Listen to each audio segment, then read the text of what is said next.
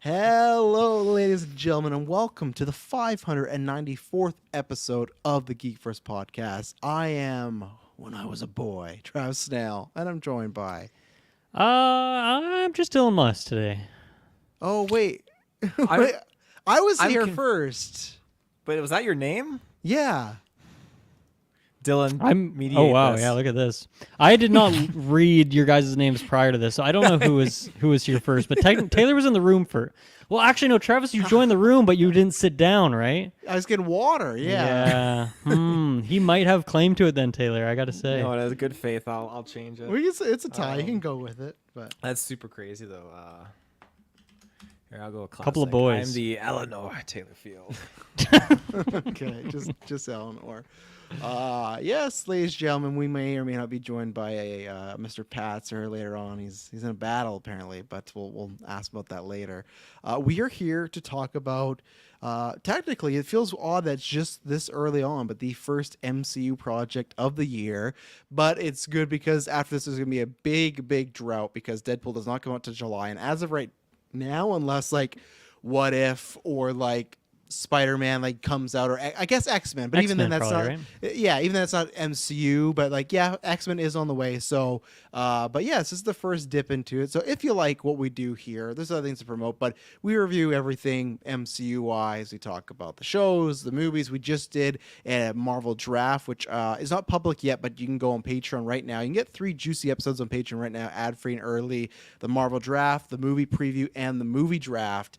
Golden Geeks are coming up, so there's lots of good things on Patreon. If you don't like ads, that's the one for you. You also get a nice RSS feed, so lots of good stuff on there right now. I'll tell you more about that stuff later, but yeah, we're here for Echo. Obviously, this is a character that started out in Marvel Comics, of course, but in the MCU realm. Hawkeye, she was debuted there as like a villain, and then they decide, oh, we're gonna spin her off. And I feel like we all had questions about what that's gonna go. We had heard, oh, it's maybe a trouble production, but then when you got this great trailer, that everyone's like, oh, maybe there's something there. So Dylan Musk, I'm going to start with you as usual. For anyone that's new, we do a non-spoiler. So this will probably be about 15-20 minutes when it's all said and done. So if you're still watching, or if maybe the MCU's been rocky for you, you go, hey, is this worth me even watching 5 episodes? We will let you know when we're getting to a point where it's beyond return. So Dylan Musk, where were you after these 5 episodes? Overall, I was fairly disappointed in this series. I feel like my expectations weren't necessarily very high, but I was expecting something tonally different, maybe even a bit content different, just because of the Marvel Spotlight thing that they were really setting this up, right? This is the new kind of subheader, I guess, of the MCU, or it's kind of the R-rated stuff, I suppose. But it really didn't feel all that different from me. In fact, it actually felt like a bit more kid-friendly and immature at times than other MCU projects. So I think in that way I was maybe disappointed. But in terms of like what actually goes on in here, there was nothing that was particularly... Well, there's a couple things that were bad. There was nothing like outright horrible. I think most of it just ended up being quite middling, unfortunately. Yeah, we can get into the specifics of why that is, but yeah, it just wasn't the most compelling story. There's a couple elements I do really enjoy, but I just feel like I didn't really need 5 episodes to get some of those things. Any of the really new characters didn't really do it for me. I think mostly that comes down to writing, but there's also some not great acting in this, I felt. I think our main Echo and Kingpin are great, but other than that, I don't know if there's really many standouts. And yeah, overall just pretty underwhelmed, and there wasn't a whole lot here that really surprised me or blew me away. So definitely disappointed, but also, yeah, my expectations, even though those trailers were seemed interesting and different, I didn't have my expectations too high, so not heartbroken. Yeah, I will go next because, unfortunately, I think I feel like I'd have to go back, but most MCU stuff, I feel like the past year, Dylan and I are pretty much in sync on. We have been, yeah. I'm pretty much dead on with you. So here I'll start. I won't give you a rating because I will tell you that I'm not even sure if I'm a pass or fail on this show because I don't think there's okay some actors that maybe met, but like I don't think it's like man all the acting across the board really weak or disappointing. No, like I think Alka Cox, she's great as Echo. I like what her does, and D'Onofrio always delivers. Like he's just like a constant guy, and then even other people that come in, like a person that plays her grandma, and there's a couple other side characters where I go, there's no one that's overly bad. There's nothing that's like overly bad effects wise. It's not to me like Secret Invasion where it just takes a huge cliff dive and like all these terrible decisions and you get Gaia with the fight, like nothing like that. And it's not like Quantum Mania where it feels like this big mess, but I think it's so uninspiring, and that's where I will say, so I won't spoil my rating, but I will say, and it's really unfortunate for me that this is in the bottom 3 of my rankings now, and it sucks because now I have Secret Invasion, Ant-Man, and this, so my bottom 3 is just all Phase 5 stuff. It's not good, and that's where I am, where the Marvel studio, or what is it, the Marvel Spotlight, it's nothing. There's no difference. The MA, okay, there's a little blood, but even that was super underwhelming for them to be like, it reminded me very similar to Moon Knight when like, oh, you're going to see fights and brutality in here like you've never seen in Marvel. And that wasn't really the case. And same thing here. Yeah, of course you see some blood splatter and a bullet go through, but it's very tame. And that's what I'd say where I would just have to push back on people and they say, oh, this is the closest to Marvel Netflix it's been. I don't think so at all. Like this Disagree. Yeah, this is very light. And the one thing, good or bad, Marvel Netflix did have, and sometimes for me it was bad, but like for me, someone like Foggy, I thought that got too much screen time, but then there's times where me and Dylan are a minority, but someone like Ward Meacham, I love that character. And I love Ward. Yeah, you got 2 seasons of this character, and that's the problem here where there's a lot of characters here, and in the 5 episodes, there is not enough time to connect with any of these people. It is all cliff notes. I sent this to Taylor because he was the first one closest to where I was at the point watching it, and I just had to drop him the GIF from the Grinch of look at that hack job. And that's what this show reminded me, where I think this show definitely had more and they chopped it down. I think this definitely was at least 6 episodes, maybe 7, but there's stuff just I think missing from the show. And it really, that's where for me it might be a fail, that it's not as bad as Secret Invasion, it's not as messy as Quantumania, but it's just so lackluster and uninspiring. I think the 2 things they did well that weren't uninspiring were the ASL stuff was great. There's tons of things they do here with that, with Maya's disability, or what has affected her life, that I go, oh, this is great. Majority of the cast is using sign language. There's this really cool tech thing they do in the later episode. I'm like, oh, this is really awesome. So that stuff's good. I think the culture stuff too all works. I just wish it was in a better story. It feels like if you watch Black Panther and it was just about the racism stuff, but then the story wasn't that good. That's to me what Echo is, where representation is good. There's tons of actors of that community. I think they try to educate you on some things, but I think it's just kind of like scratches the surface, unfortunately, and it doesn't feel earned, a lot of it. It's like minor spoilers, but I think enough people know. I also am just, we'll get into it, but there's supernatural or power aspects in here, and I just think they don't gel well with the story they're telling here as well. Everything just feels very rushed, and yeah, unfortunately, this is just like another big disappointment for Marvel. I think this is like, I don't know if you ever actually see Echo ever again. Like, I think it's not that bad of a show, it's just that forgettable, where it's just, there's nothing here. And there's characters that could be interesting, including Maya, that they don't dive into, including Kingpin they don't dive into. There's just certain huge storylines that they just don't even talk about. Here's one thing, I don't care, it's minor spoilers, but whatever. Not once does Echo ask Kingpin why he had her father killed. Never does it happen. You would feel like if this man that you killed in Hawkeye, and clearly he's alive, right? In the show, you've seen the marketing. He's alive. So it's like, okay, he's around. And they have conversations. You would think one of the questions you would want to ask is, hey, why'd you kill my dad? We're family. You helped raise me. Why'd you do that? That never once ever comes up. It never comes up that Maya has killed innocent people. They just treat her in the show like she's just a regular Avenger that's off on the side. Like, and it's strange where there's a pivot in the show where she's like, I'm going to be the next queen. And then it's like, oh, but what if I could be a hero for my community? It's all over. So that's where I'd say acting's not bad, performances, some stories aren't so bad, but it's just, it's all surface level. My last point before I throw to Mr. Patzers, it just feels like if you were to go read Cliff Nuts, Cliff Nuts. if you got Cliff Notes of the show, if Dylan said, "Hey, I didn't see Echo, what happened?" I said, "Oh, well, this happened and this happened and this happened," and then Dylan will be like, "Oh, I gotta go watch the show so I can get the emotional impact of that." The problem is when you watch the show, it doesn't have any of that. There's connections that they just throw you a line of like, "Oh yeah, that's my cousin. Oh yeah, there's that," and that's about it. There's frustrating situations. There's constantly the thing I hate where villain or character is beaten and the beater just leaves for no reason. They've won the fight. They could kill this enemy and they just leave. They're like, whatever, I'm done with this, just for plot armor. So there's tons of issues, and it's just, yeah, it was not good. I think that they were smart to drop this in a binge model, because if this was weekly, I think people would jump off after episode maybe even 1. Like, I think this was smart of them to do that. But I think this is another case where, one, I would not recommend this to anybody that's not in the Marvel. And even the Marvel stuff, it's hard for me to like, because Kyle now is more back to mainstream. And like, I'm not going to tell him to watch Echo, and he loves Marvel stuff. But like, there's nothing here that you can't watch in a YouTube best of. And that's what's really unfortunate. So on many spectrums, it might be called, Spotlight, but it has the same, if not other problems that Phase 4 and especially Phase 5 did. So yeah, I was really disappointed. It's not because it's just so bad. It's just so underwhelming. So I'm gonna throw it to Mr. Patzer, because Patzer, you missed that. Dylan was kind of the same wavelength with me. So where are you on Echo?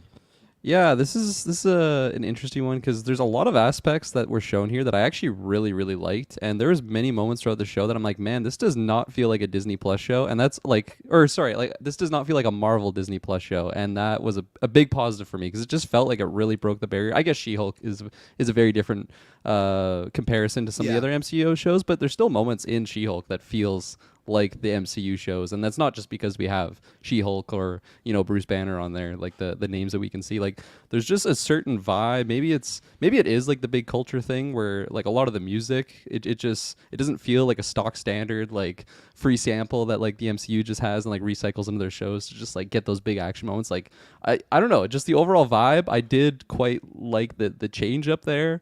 Pretty much all the positives that you already listed, I completely agree with. I think this is, I've never seen Coda, I think it's called. So this is the first Coda's project great, that I've seen that has like American Sign Language in it, and this is by far like the best thing I've ever like seen trying to like represent that. And yeah, you mentioned like the usage of the tech that they have later on in the episode, like the episode. It's funny, the whole length of the show almost feels like an episode. Big episode. Later on in the series, I guess I'll call it.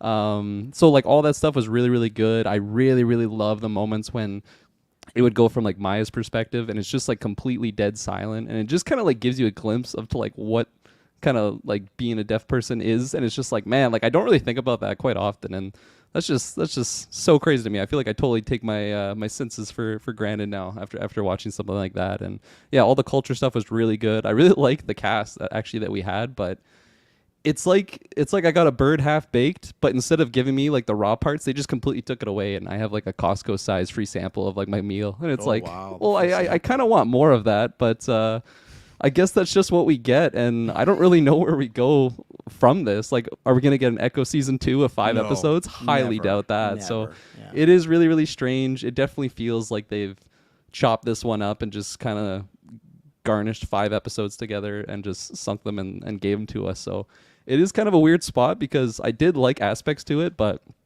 we don't get any time to dive into like really anything. Like it's so strange. I've been like playing this Baldur's best friend Gate. she's had for decades that we just talked to a couple. Oh, we'll get times into and all the that's it. characters, because it doesn't take long to get into that. But I've been playing Baldur's Gate, and when I first got it, I got the 2-hour free trial, and that's what this felt like. Where it's just like my time's up, and that's just it, I guess. So I did give him my credit card to get the full game so I could keep playing, but fortunately I can't do that for Echo. So very, very strange. One, I don't feel like super strong if I like pass or fail this one, because it's just such a weird anomaly to like compare it to. I've never seen a show like this before, maybe like a super mini series, but nothing that's like connected to an entire universe, right? Like that the MCU is. So very strange one. It's unfortunate, because I really did actually want to like this a lot. I really, really like you'll have to remind me the main actress's name, but Maya, she's fantastic. I really I think like her it's in this. Alka Cox. Hang on, I'll get the full pronunciation because I feel like I liked her quite a bit in Hawkeye, but getting the whole, like, just diving in from her perspective, I liked it even more. Like, just seeing her, you know, being the spy type character, but also just her character moments. I liked it enough that I really wanted more. So, Alka. yeah. Is that it? Alka Cox? Alka Cox, yeah, I'm she definitely was gonna great. see it. Yeah. Yeah, This is her. She's only done. Didn't realize this. Echo was like her first role, and then I don't think she's done anything else. So I think Oh wow. pretty impressive. fantastic. For, Yeah, I'd have to check, but like she's probably has like under 5 credits. So it's like they got pretty lucky there as far as just finding a needle in a haystack. Somebody. Yeah. So yeah. No, absolutely. I really hope I can see what comes next, and I don't know what's gonna happen with Echo, but I don't know. I'll pass it Yeah. along there. Oh.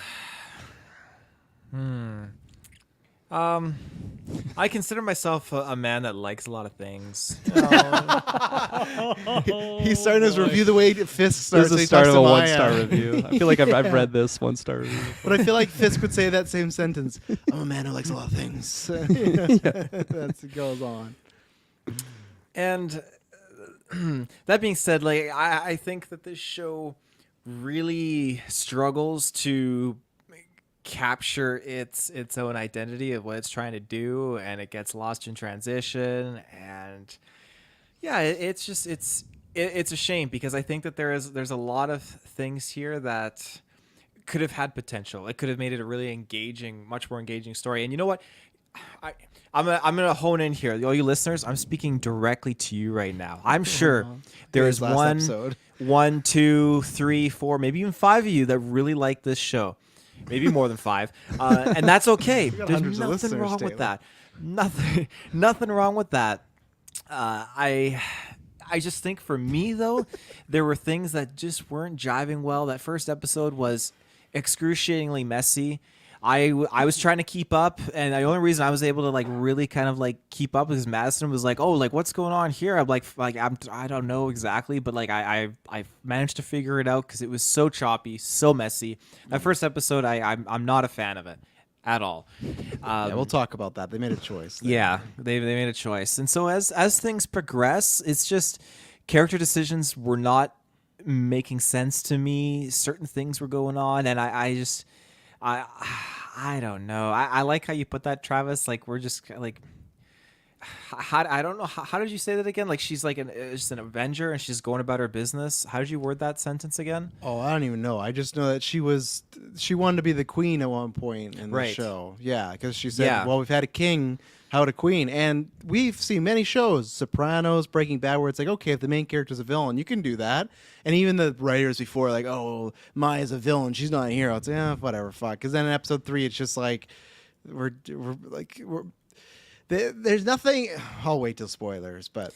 I was not sold on that concept of her saying that, but again, the things that they were culturally going into was really interesting, and I thought that there was, again, that potential. I will say there was one scene that was literally a carbon copy of the Assassin's Creed movie that I just thought was kind of peculiar, and I'll highlight curious. what scene Right that on. is. So Okay. yeah.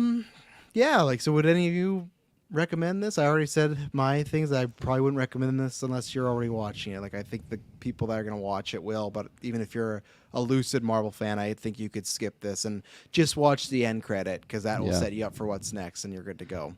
It's tricky because like I said, this is my only like experience seeing like an ASL ASL done like just in media like this. So I feel like if someone was like curious about how that could be done, I would definitely recommend it for that reason. But for like MCU stuff, definitely not. For a good story, definitely not.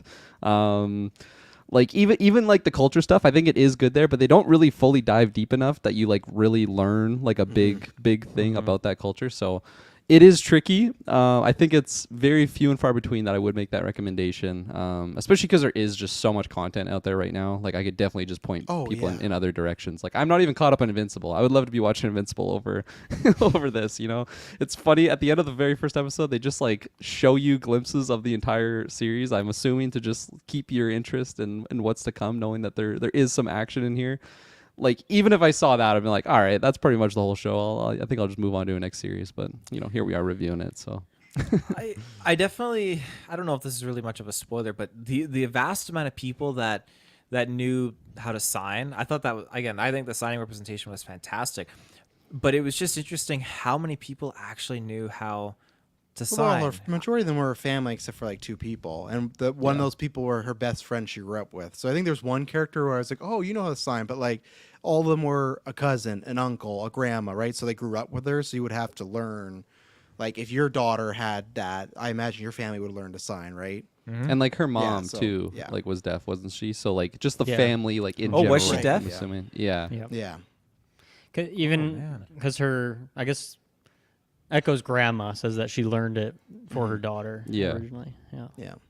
I like to. There's kind of like certain characters.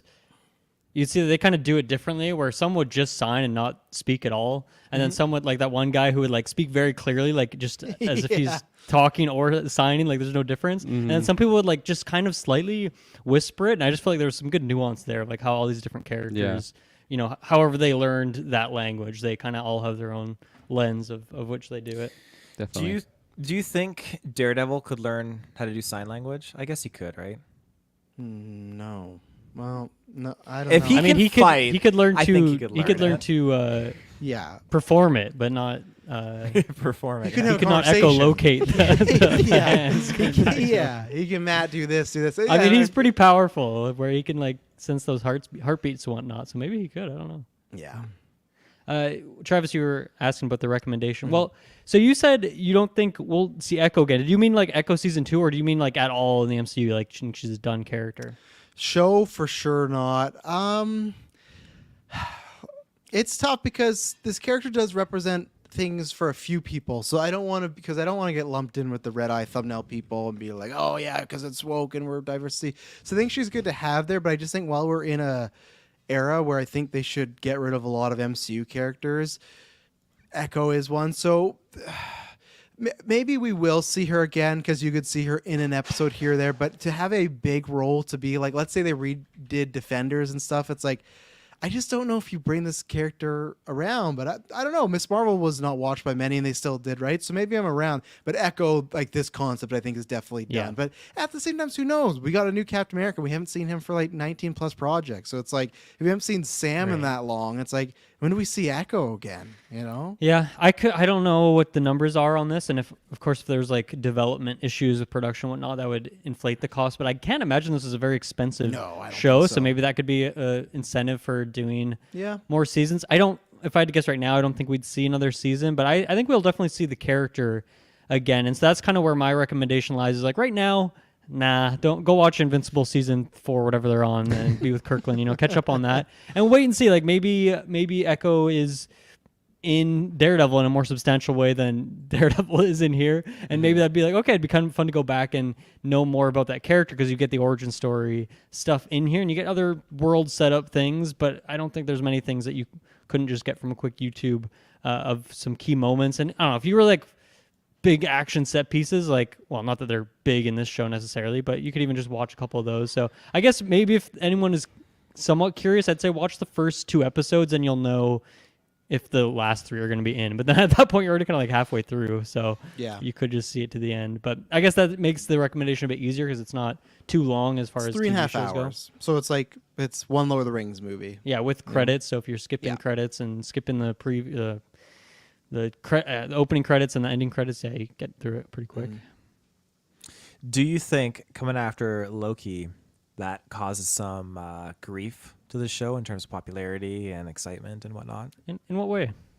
Yeah. I just feel like because Loki and the storyline and just everyone was super hyped on that show, and then you transition to something like this where it's a lot more low key, yeah, not low key, but more low. You get what I'm saying? Just kind of like more simmered down and much more like a down to earth kind of story, and it's very different from what Loki is. And do you guys think that maybe after everyone's hyped on just how that finale was in Loki season 2, transition to this, it's just like, I kind of wanted something more. I think unless you put out a movie the quality of Avengers Endgame, no matter what comes out before, it doesn't impact what people watch this. And I think especially hardcore people, once they start to hear about how much Fisk and Matt aren't in it that much, I think right away people deter more, which I'm fine with. I'm not one of those guys like, oh yeah, why isn't it? Like, I get why they're in there the amount they are, but no, I think it would do pretty much what what it would do, barring the MCU being a better place. I just think most people will skip this because it's just, especially we know Fisk is gonna be in Daredevil, so it's not like this is my one chance to see D'Onofrio again. It's like we know he's coming, so I think it just fills in a gap a little bit. yeah. As someone who didn't like Loki season 2, I don't feel like Onward. Even if I did, I don't think that would really impact how I felt about this. But I don't know. Maybe if it just came out like a week ago, but it's been a few months at this point. Plus we got What If, that was a nice little.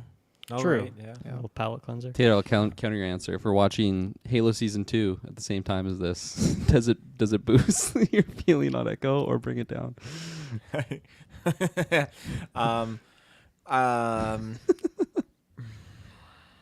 Fuck. It's tough because you haven't seen it yet. This could be a banger. It is season. tough, but like based on what I saw in the trailer, like it would bring Echo down. Okay. What about the posters too? Very Posters have random. any effect? Well, posters I it brings know they're Echo up. triggering It you. brings Echo up. Yeah. Okay. All right, so now we're going to take our first break, and then we'll be getting into spoilers. So if you've not seen the show, bow out, and if you don't care, then you can just stick around. So we'll be right back. And we're back. Before we get in that tier, where can they find everything we do? Like I said, we got Golden Geeks happening. We got the movies drafts. We got the video game draft next week. And Golden Geeks this year is special because we're doing our MCU one, we're doing our regular film ones, and then we're doing it like a send off to the DCU. We're going to do the whole DCU because DCU is dead. So we got 3 Golden Geeks happening this year, which if you join Patreon, you get to vote on the winners. You get to decide all these. So where can they find that stuff, Taylor? Ladies and gentlemen, you can find us via Internet Connection. Geekverse.ca is our home base. Geekversecast is our Twitter. Geekverse is our Facebook. Wow. Yeah. Like I said, if you like what we do, you really want to support us, get stuff exclusive, early, ad-free. You get about 3 exclusive episodes a month. You get retros sometimes like months early, sometimes a year early, and you just get ad-free stuff. Head over to Patreon. We would very much appreciate that. All right, so let me just hit a couple of these comments because we might go off some of them. But Superman Mike says the flashback episode cold opens were some of the best parts. Pretty creative. Yeah, I like those. We'll get into them, but I wish there was a bit more of that.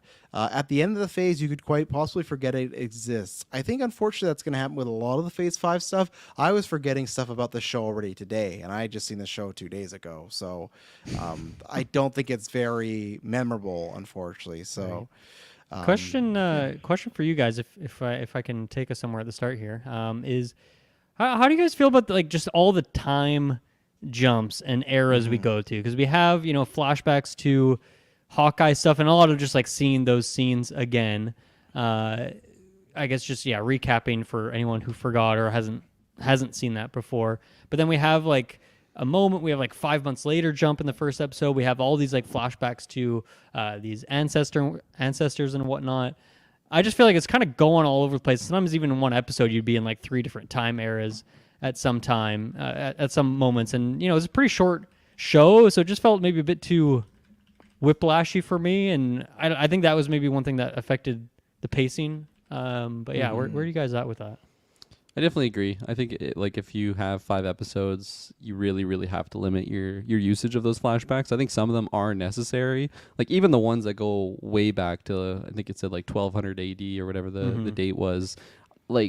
I think it's fine to show maybe a character in there with getting the echo power or whatever the hell it's called. But just the whole sports event situation, I thought that was going on so long, and I can't remember what episode that was in, episode 2 or 3 maybe, but that was 2, yeah. Yeah, it just felt very, very long, and looking back on it, it's man, I know we didn't really have time in general to dive into things, but maybe we could have had that conversation between Echo and Kingpin on why he killed her father, right? So I thought some of that stuff was overused, and then some of the back and forths was a little bit used, but like I said, the 1200 AD scene, I could have it really, really quickly. Maybe the first episode show that moment. I didn't really love it, but it's a cool little tale of talking about the origin. So that's kind of interesting. And then I think showing the Hawkeye stuff, I think it's somewhat important to show it in here, just in case someone didn't see it in Hawkeye, because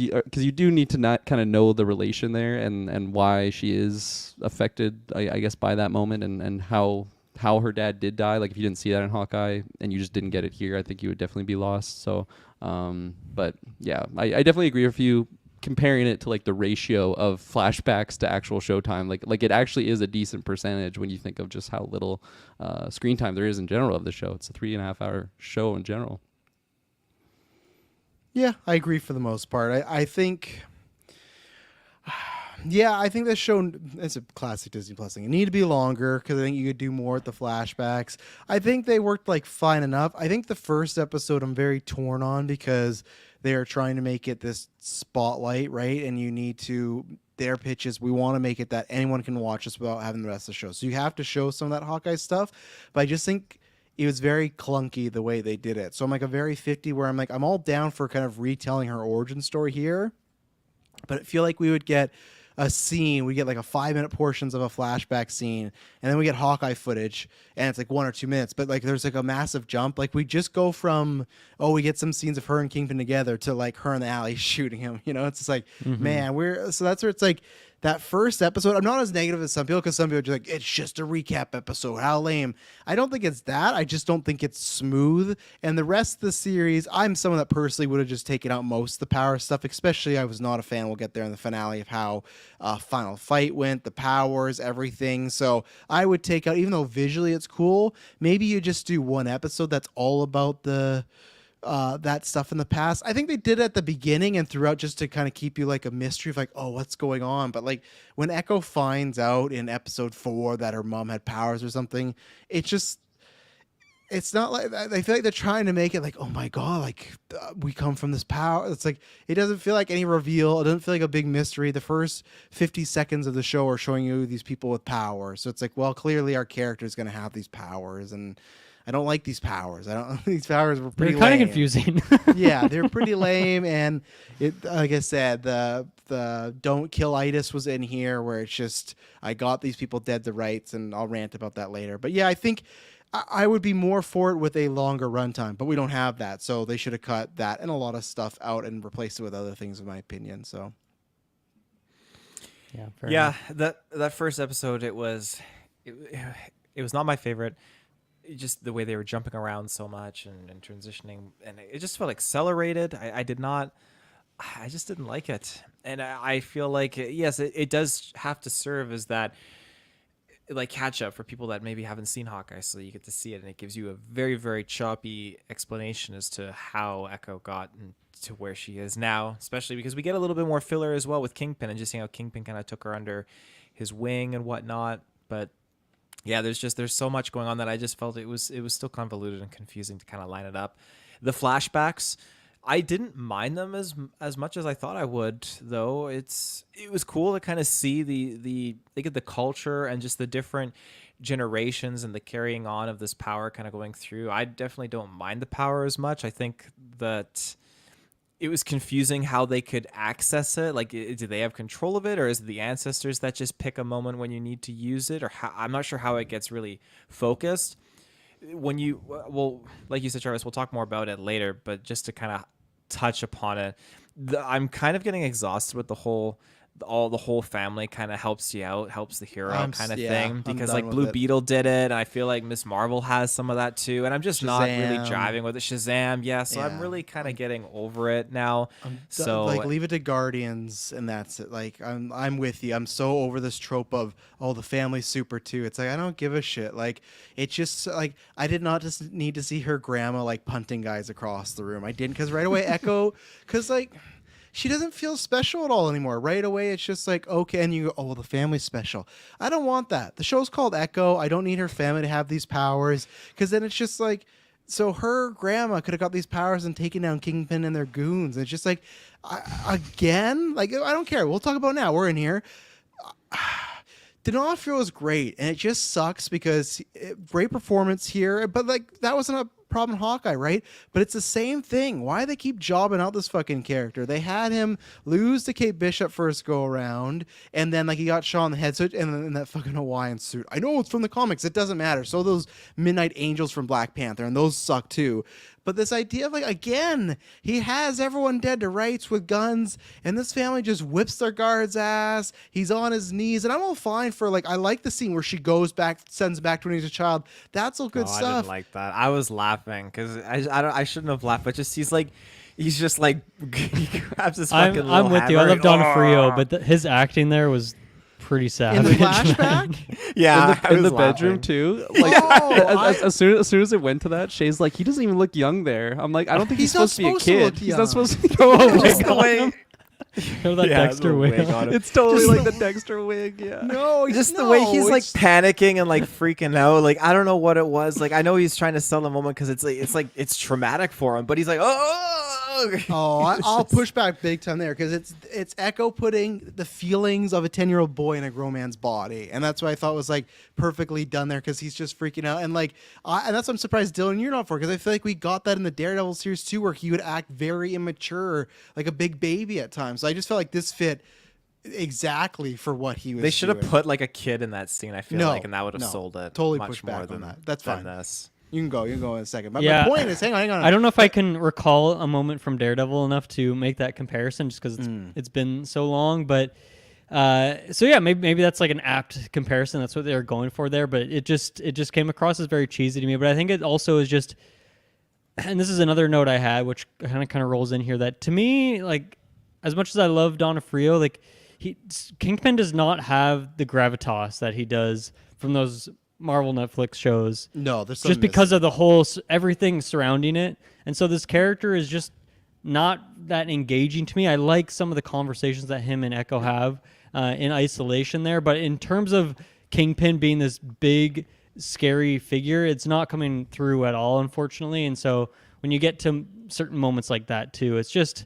he's just not working for me. And so obviously I have faith that he can turn it around, because I really like Hawkeye, but obviously my favorite part of Hawkeye is not Kingpin's appearance there. So I'm really hoping that we can turn it around with his appearance in Daredevil. And like, he's in this a decent amount, and I don't hate all of his stuff by any means, but yeah, there's a couple parts that just came across as cheesy or just didn't tonally fit with what's going on, because Kingpin's a character that I'm so used to as being like a very mature type of character. And then we're doing this show, but the only mature part about it is like the blood, which gives him like the R rating. But in terms of like all the like, I don't think a single character like swears in this show. You know, like it feels very PG-13, with the exception of like the odd person gets shot in the head and it's slightly brutal. But other than that, like they very easily could have cut around that stuff and had this not be Marvel spotlight, in my opinion. The other downside too with Kingpin, I found, and piggybacking what you're saying there, Dylan, that his fear factor comes from other people saying, "Oh, he wiped out everyone. Like I'm old and Right. alone. Why do you think that is? Because Kingpin Yeah. wiped out everyone I love." It's like, so that's the only fear we're getting is based on what other people are saying with words. The only action we got that was fearful of Kingpin was him beating up the ice cream man.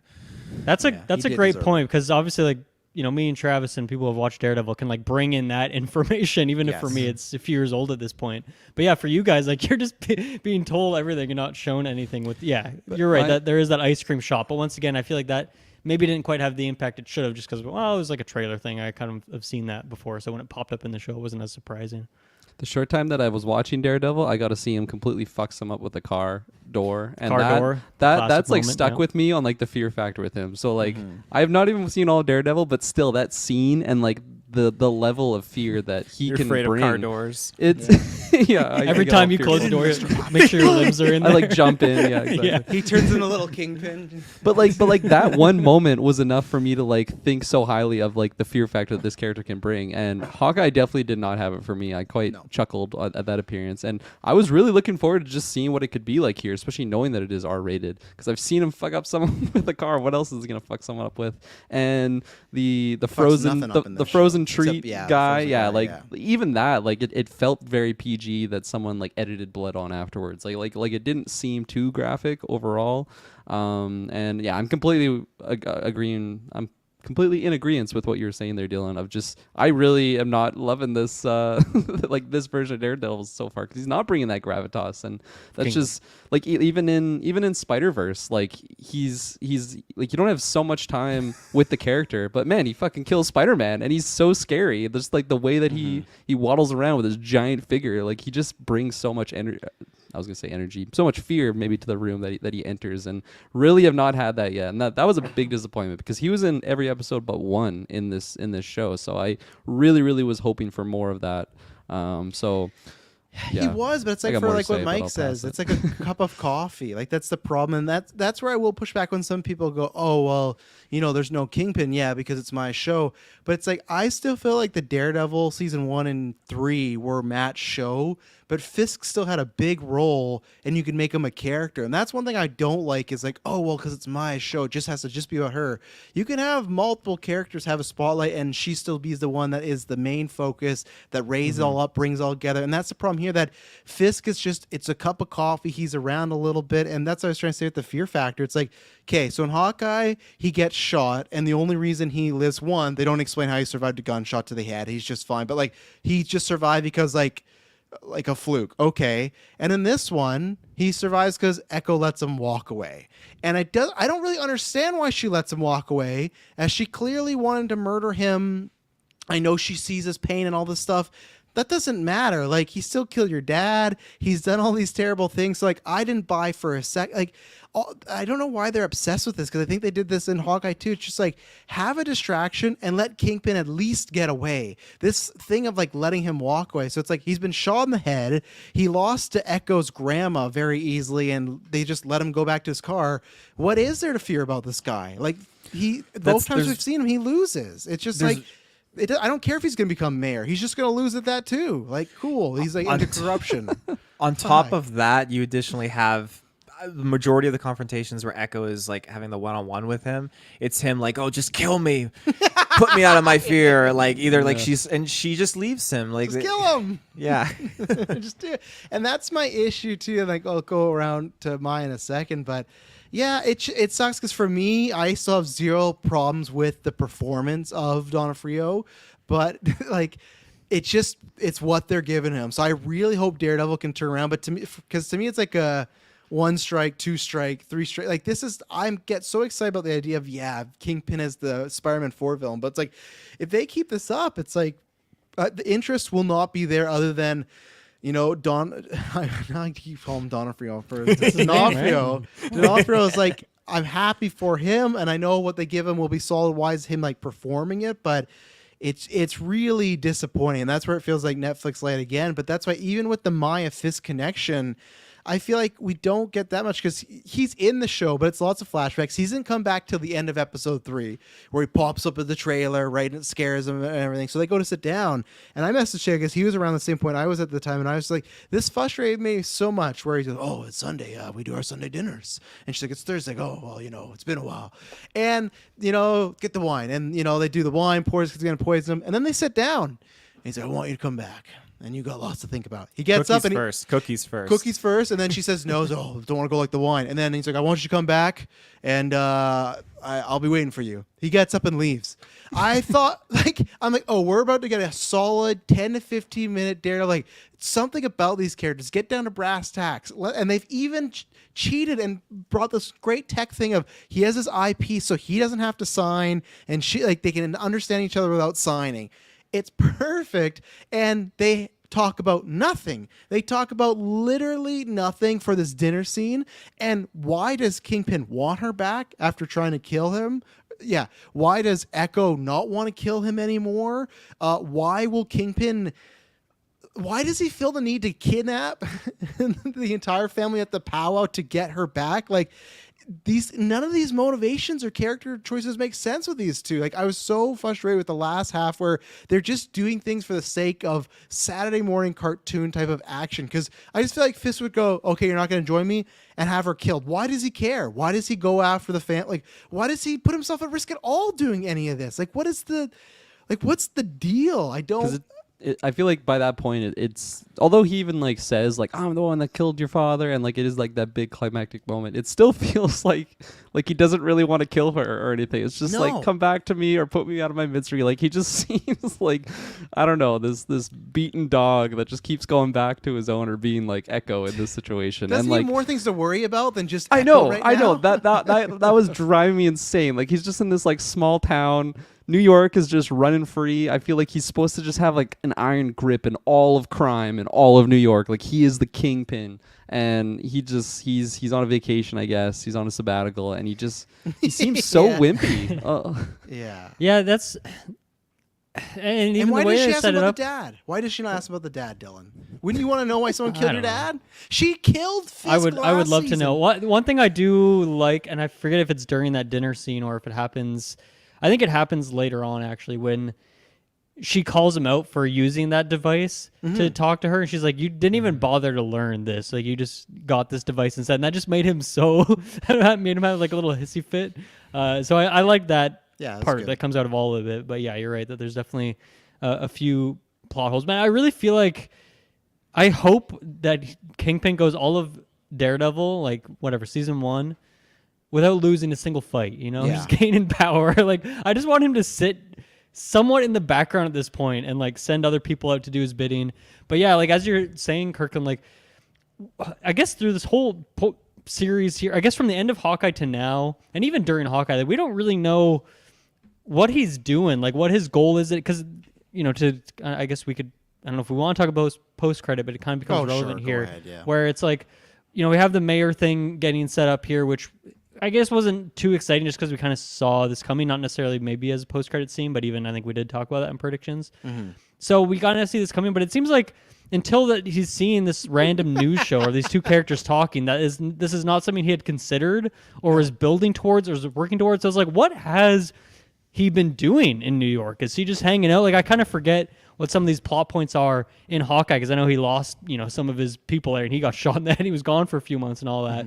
But it's like, yeah, this whole plan for mayor doesn't seem like this was like some big grand plan in a Thanos or a Kang sort of way of like building up to this moment. It's more just like, oh man, I watched this news program and I got That'd be really fun. inspired, and now I'm gonna run for president because they need a brawler, they need a fighter. I also felt like all the dialogue there was so Oh, yeah. cheesy, and I don't know, maybe that's very indicative of what those news shows are like a Fox News or something. I don't really Yeah. watch. I don't No, watch that's that kind of fair, stuff. yeah. So maybe that is how those kind of newscasters and personalities talk on those couches, but it felt particularly cheesy to me. It just felt like they may as well say, like, we really need Wilson Fisk to run Yeah. for mayor. Yeah. You know? They It's just- described everything about him. We need someone with white Yeah. suits. We need someone you know? bald, Huge. Yeah, killed his father with a hammer. Like, someone that would just hammer this town down. Oh, I think it's a great idea. There's Like, ever an ice cream someone man will making fun of a fight for deaf his- girl. his Someone that niece. just beats the shit out of him. yeah, someone that will kill his niece's father, but want to still be friends with the niece. Like, and And that's, Someone Wilson who Fisk really is knows just how like, to wait a use minute. car door. It almost sounds like me. yeah. And I'm interested because we talked about this in news where like they've said that the Marvel Netflix stuff is canon, and like not to spoil Yeah, too much for you guys, that's but like he's like a known he's known to done some bad stuff, and I know people are gonna make the Trump comparisons, but it's like technically Trump's still never been like arrested, put in prison for anything, where Kingpin has like a few times. I So was working on it. but- yeah, I guess new year, new him, but I guess that's just the problem where that back half it just feels so just lost. Like we don't know really what Maya's up to because this whole thing and that's where like Kurgan said something. I think if this was a longer season, it'd be great if episode 2, she drops that line. We've had a king, it's time for a queen. It'd be great if she was slowly starting to take over, build up, and he shows up like, hey, like this is my territory. Like a full Walter White, like you shot me, I love you, so I'm not gonna come after you for that, but you gotta stop doing this stuff now or I'm gonna come after you. But it's not. He just wants her to be back for just for Sunday dinners. Cool. But like again, so she's saying Kingpin is a criminal. He's killed many people. So in episode 2, she's saying, I want to be the queen. So she wants to be the female version of Kingpin.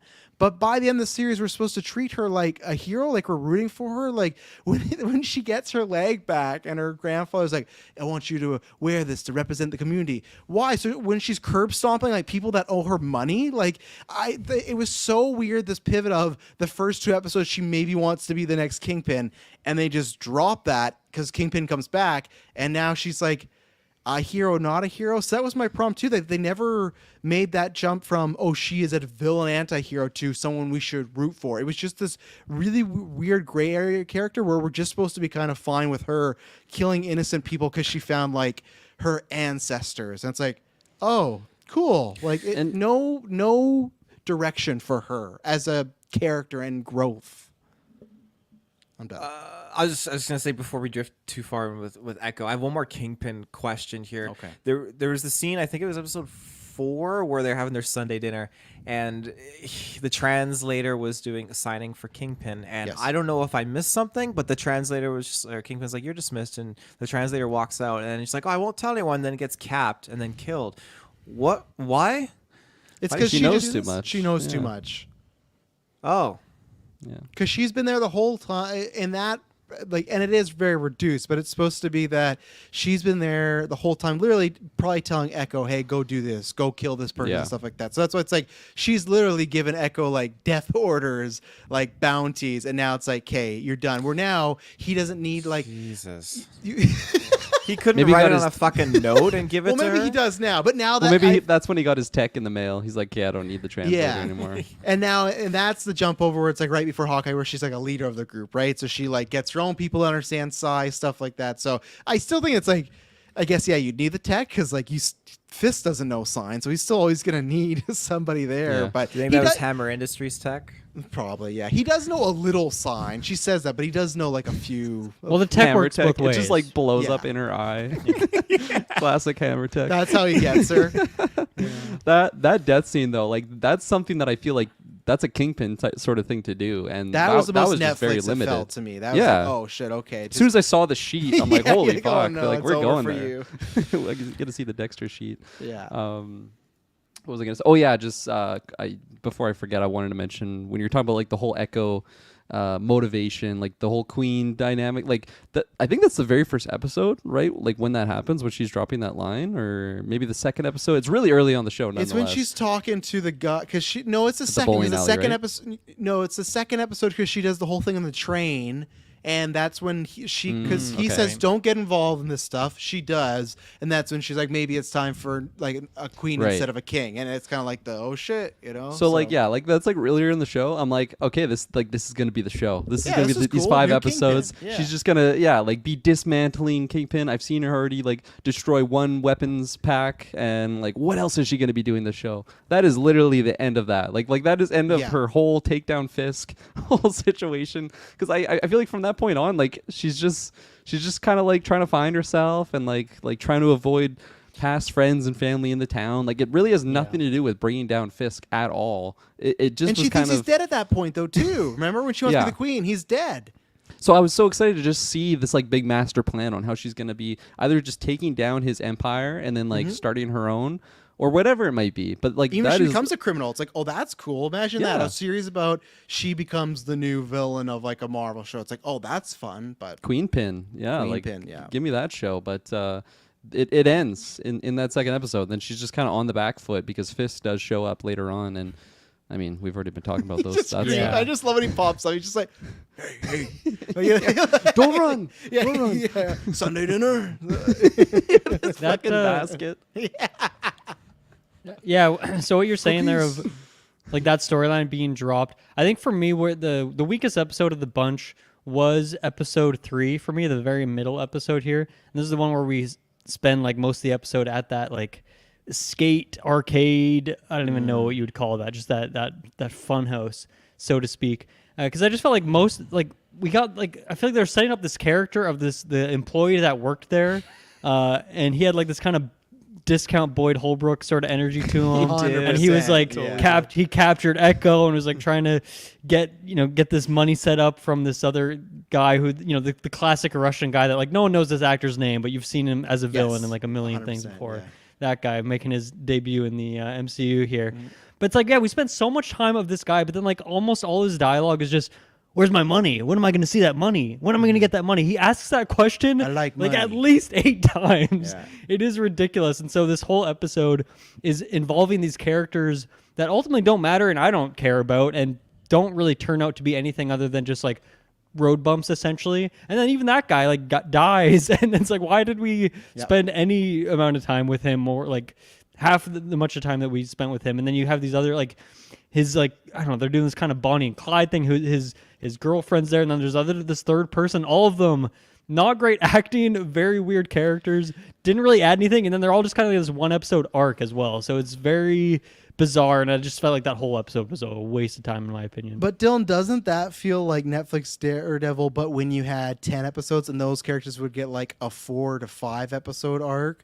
Like I'm not sure if you probably won't remember this as a hard pull, but it's like there's a guy in the first season Punisher who's like a war vet, and it's all building up to him like turning and being like a sniper. Like he's not the main villain, but it's like those this Marvel subplot. Netflix shows are Yeah. are not just about Daredevil or Punisher or Yeah. Jessica Jones. Like there's so many other people in there, and we talked about in a lot of those reviews how some of those characters don't work for us, and a lot of them do get a ton of screen time.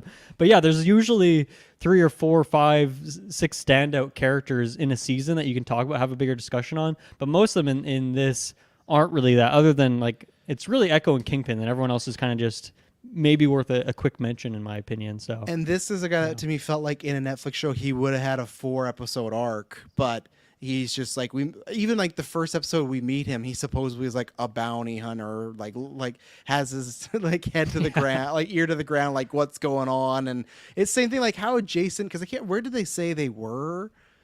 Do you remember like the city or the place? Like I was just trying to figure out how We're in like, Oklahoma. it's in Oklahoma, yeah. so like how far is that away from New York?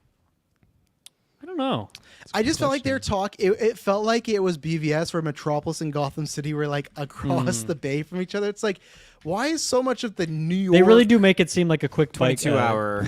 quick bike ride. Yeah, that's not a quick Drive. bike ride. I think. Yeah, like I just 22-hour drive. like I think they drop a couple lines of like, yeah, Fisk has controlled some stuff here. It's like, why is he like what does he care Yeah. about Oklahoma for? And that's why it's just like it felt weird that like supposedly, right, like I'm guessing Kingpin put out a find Maya, right, like some sort of bounty, and they came back to Oklahoma, and I guess maybe you'd send it there because that's where he thinks she's going. So okay, but it just felt like strange right away. We get this guy, don't know much, he's working like a bowling skate alley, and he's like, oh yeah, I heard this bounty's on her and stuff. It's just and even then like nothing happens. She gets away from the Russian guy, gets away from the No, I bowling mean guy, the ending and of that whole Fisk finds sequence is her. so anticlimactic. They just Yeah. get up and walk away and leave her there. And honestly, I didn't like. I could see that on paper there's some maybe good choreography, but I did not like that setting. And to me, it didn't fit the style of what the show should be. It felt too kiddie, where they're like in the laser tag guns park. I didn't like, yeah. It's very goofy. They're like smashing each other into like the claw machines and whatnot. It just felt a bit too set PC. It didn't feel very realistic. And then yeah, it had that just anticlimactic ending. So it was like, why did we do any of this? Because I feel like maybe the purpose of that from a character perspective for Echo is to help latch her back on her friend who she hasn't seen until this moment. Oh but I my didn't really feel like we got a fucking whole lot of that. God. And then even by the end of the season, I was really disappointed by that friendship, because even, especially in episode 1 when they have the flashback of young Maya, and she obviously has this really close connection with her, what was it? It's her cousin, right? Yeah. And then by the end of the series, they kind of had a comeback, but that kind of felt like something that would maybe be like the first half of the show, and then they're friends again. Or if you know that there's a season 2 coming, then you would expand that friendship there. But it's like, this was the whole arc, the whole idea with this character didn't really work for me or add much. And that's what, once again, the whole impetus of episode 3 is, which is why that episode is such a weak one of the bunch for me. And like what happens is like who is the guy technically, the guy that does when he signs he speaks a lot? Who is he? Is he just like a family friend or like another uncle? I He can't That's felt her like an- grandpa, isn't it? No. The Felt like an younger uncle. guy. who Felt had, like an the- uncle, I would say. the Oh, long-haired yeah, guy the who younger- dr- yeah, who just definitely an uncle. Who just pulls out a silence pistol in the Oh, middle yeah, of that's the the crowd of the uncle, finale. yeah. Okay, so so this is all happening, right? And they're getting taken down and stuff, and they're in the skate thing. And we establish, okay, she was friends with this person, like whatever the cousin. They broke apart. They haven't talked. And then it's kind of like Maya, I think a few times it's like, oh, don't tell her I'm back in town. So that's so cool. That's fine. We've seen that storyline before. I'm waiting for it to progress. And then they finally meet back up when this is all going down the skate park. Their uncle, whoever, this guy that they at least like, have a connection to, he is in the other room, bound, gay, could be killed at any second. And what does this girl do? Why didn't you text me? Why didn't you call me? This is the time your uncle, someone you love, might get killed. And this is the scene we're going to do the whole trope of, I text you, my father passed away, you weren't there. Like, what I hated that, and that's where it just felt like something was chopped, or it just does not make sense for a character that someone's life is inbounds, and you're gonna be asking, why didn't you answer my text? Like, just put that somewhere else. So one, that was a pointless storyline because they just like literally like, oh, you know this trope, we're not even gonna show it. And then when they did give us stuff, it didn't make sense. I instantly did not like this character who someone's life is at risk, but she's so selfish to be like, why didn't you email me back on the 5th? Like, man, like your uncle's about to get his slit fucking throat. Like, let's talk about this later. It was just, it was so far. It's what You that's heard what's heard happening. that, You heard that? Kirkland? Oh yeah, I heard Yeah. that. So good. What did I? Oh, Gonna slit get his- fucking his- throat. he got his Shit. Slit fucking throat all day. That sounds yeah. badass, though. I like that. Yeah, I'm gonna slit his. I'm gonna throat his slit. Let's take an ad break and then Taylor go because I hear him chomping over there. So we'll be right back. And we're right back. All right, Taylor, throat or slit. So you know. circle back to Yeah. So the yeah. So the if you one-off has guy. sibling, that one you're circling back to. Okay. Yeah, the one-off guy with his two lady friend goons. Hated that out the wazoo. That was horrible. Just Out the the one wazoo. scene where the The girl wazoo? was like, while Echo is in the room, and then the girl was watching like the interrogation, like holding people hostage video. It was so fucking like nuts. That acting on that person too. Yeah, was- just I was not jiving with it. The thing that got me was, okay, they tied Echo up, they left her in the room. Totally fair. When they came back and she was not tied up anymore, they didn't bother to retie her. They just closed the door and let her walk around. Well, they in were the fucking scared of room. her, weren't they? And then like the whole idea is they can't. But they kill had a her 'cause gun they on gotta hand her. her off. Guns, Well, yeah. still, but they had a gun on her. They could have like knocked her out or tied her back up. But no, they left but her in she- the room with the Inspector Okay. Gadget gizmos, right? Like it's No, you're just right. crazy. I was gonna It was say like she interesting- just told them, or yeah, like they just told her that they can't kill her, but also she wouldn't have heard that, so never mind. My point is invalid.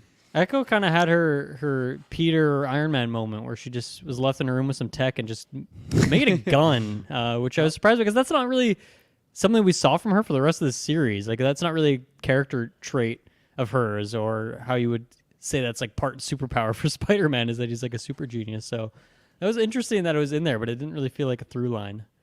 That's kind of something that feels like each episode is written by a different person, which I didn't actually look at how many different writers we had for this this one show. I think there's a couple. But. Yeah. One thing I wanted to circle back to because we didn't we talked about but didn't talk about it. The powers. How did you guys feel about the powers? So I like them. Oh, you you kind of don't like like them. 'em? Well, go ahead, please. No, I said I did not like them. I heard Oh, what you I was like, feel- I yeah. want to hear a positive take on this. Yeah. I heard what Dylan heard first. Same thing. I'm like, oh no, he said did not. Okay, but I heard kind of like him. Yeah. I feel like I was waiting for like because I really don't know anything about Echo. I don't have her Marvel Snap card. I haven't experienced her in the comic books. I don't know anything about her. I'm assuming that at some point she has some sort of. I mean, in the show they kind of No, they've changed her power. She doesn't have those. Oh, did type. she? Let me pull- Okay. yeah, I think they've made these very. I kind of assumed it was going to be a Daredevil situation that she has a power that like just helps her fight crime or. Daredevil can't see, so she can at least see thing, but some sort of thing. So I was excited to at least get that origin of the character and find out like her Peter Parker bitten by the spider moment. Like I was excited for that, but I did not.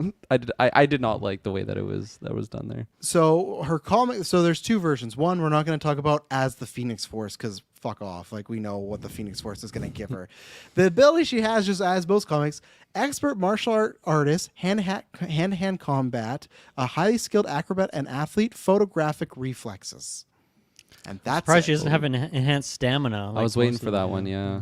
And I just wish, especially this is what I hate when they're like, oh, we're gonna do street level stuff. It's gonna be dark. It's gonna be gritty. You got the space for stuff. If you just want criminal guys fighting other heroes, this is the show. And then you have Echo just like tapping through the fucking Force Ghost to be like shiny hands and just like I wish they Yeah. just kept her a badass. Yeah, you know?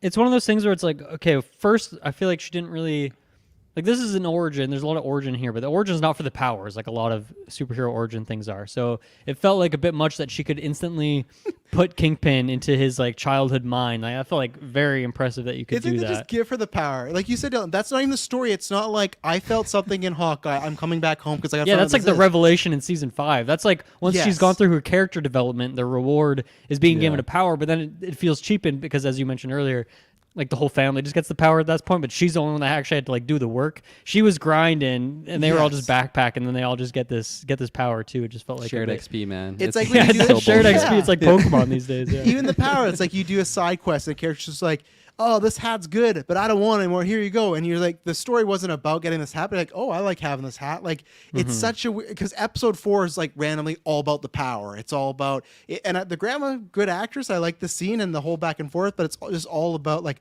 oh, by the way, you also got superpowers. Like, Yeah. ugh, what? Yeah, Are so we I take it nuts? that there's like a healing element to this ability Yeah. too, plus like the memory stuff, and then maybe just like it gives you like an iron fist, like an enhanced strength sort of thing. Yes. Because otherwise, how would that grandma be, throwing She's down popping like off. that? She's looking like Neo yeah. from the Matrix in the But- finale. Fuck. And so this is maybe slightly outside Throwing the those powers, but I really did like the idea of. Because even the name Echo, right? Like going into this, I don't really know. Like no one really calls her that. Like why is that her name? And I really like the idea that it's like her ancestors echoing through these generations. I think that's a really cool idea. I think some of the visual stuff for it didn't work so much for me. Some of the flashbacks where you have the cave one, and I think that actually looks kind of cool with the exception of like the water. I kind of like the visuals of that. But then like every time we see a flashback of that, it's just like these 10 people walking very slowly with like some trees in the background.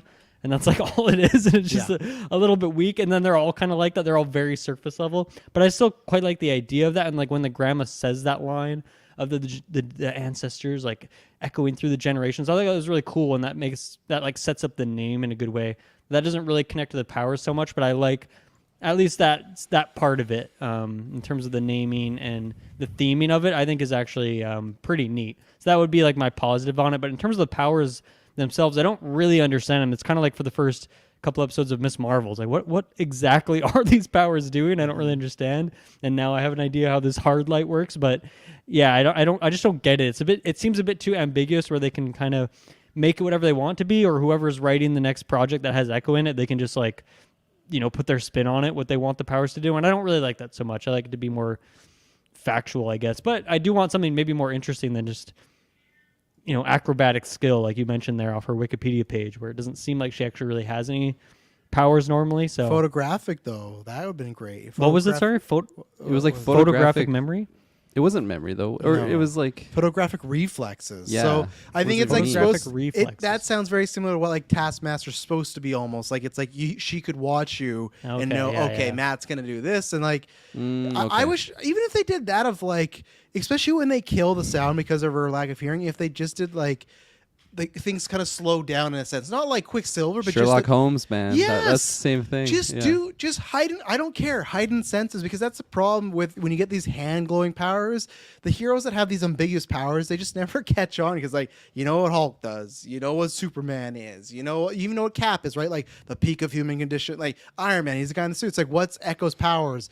Oh well, her hands light up. She can heal birds. And like, why isn't her family a part of the Defenders now? Like they kicked Get those them guys' all in there. ass. Like they kicked all their ass. Like it just, yeah. Oh, go ahead. I was just gonna say, when Fisk is running for mayor, someone's gonna get a video of that event that happened. It's like, do you really want this guy running for you? He got his ass handed to him by these 3 girls. Is this the brawler you're wanting, New York? And then it'll be an ad for the grandma now. She moves from Oklahoma to New York, and she's running to for be mayor. Yeah. She's bigger deal than Echo. Yeah.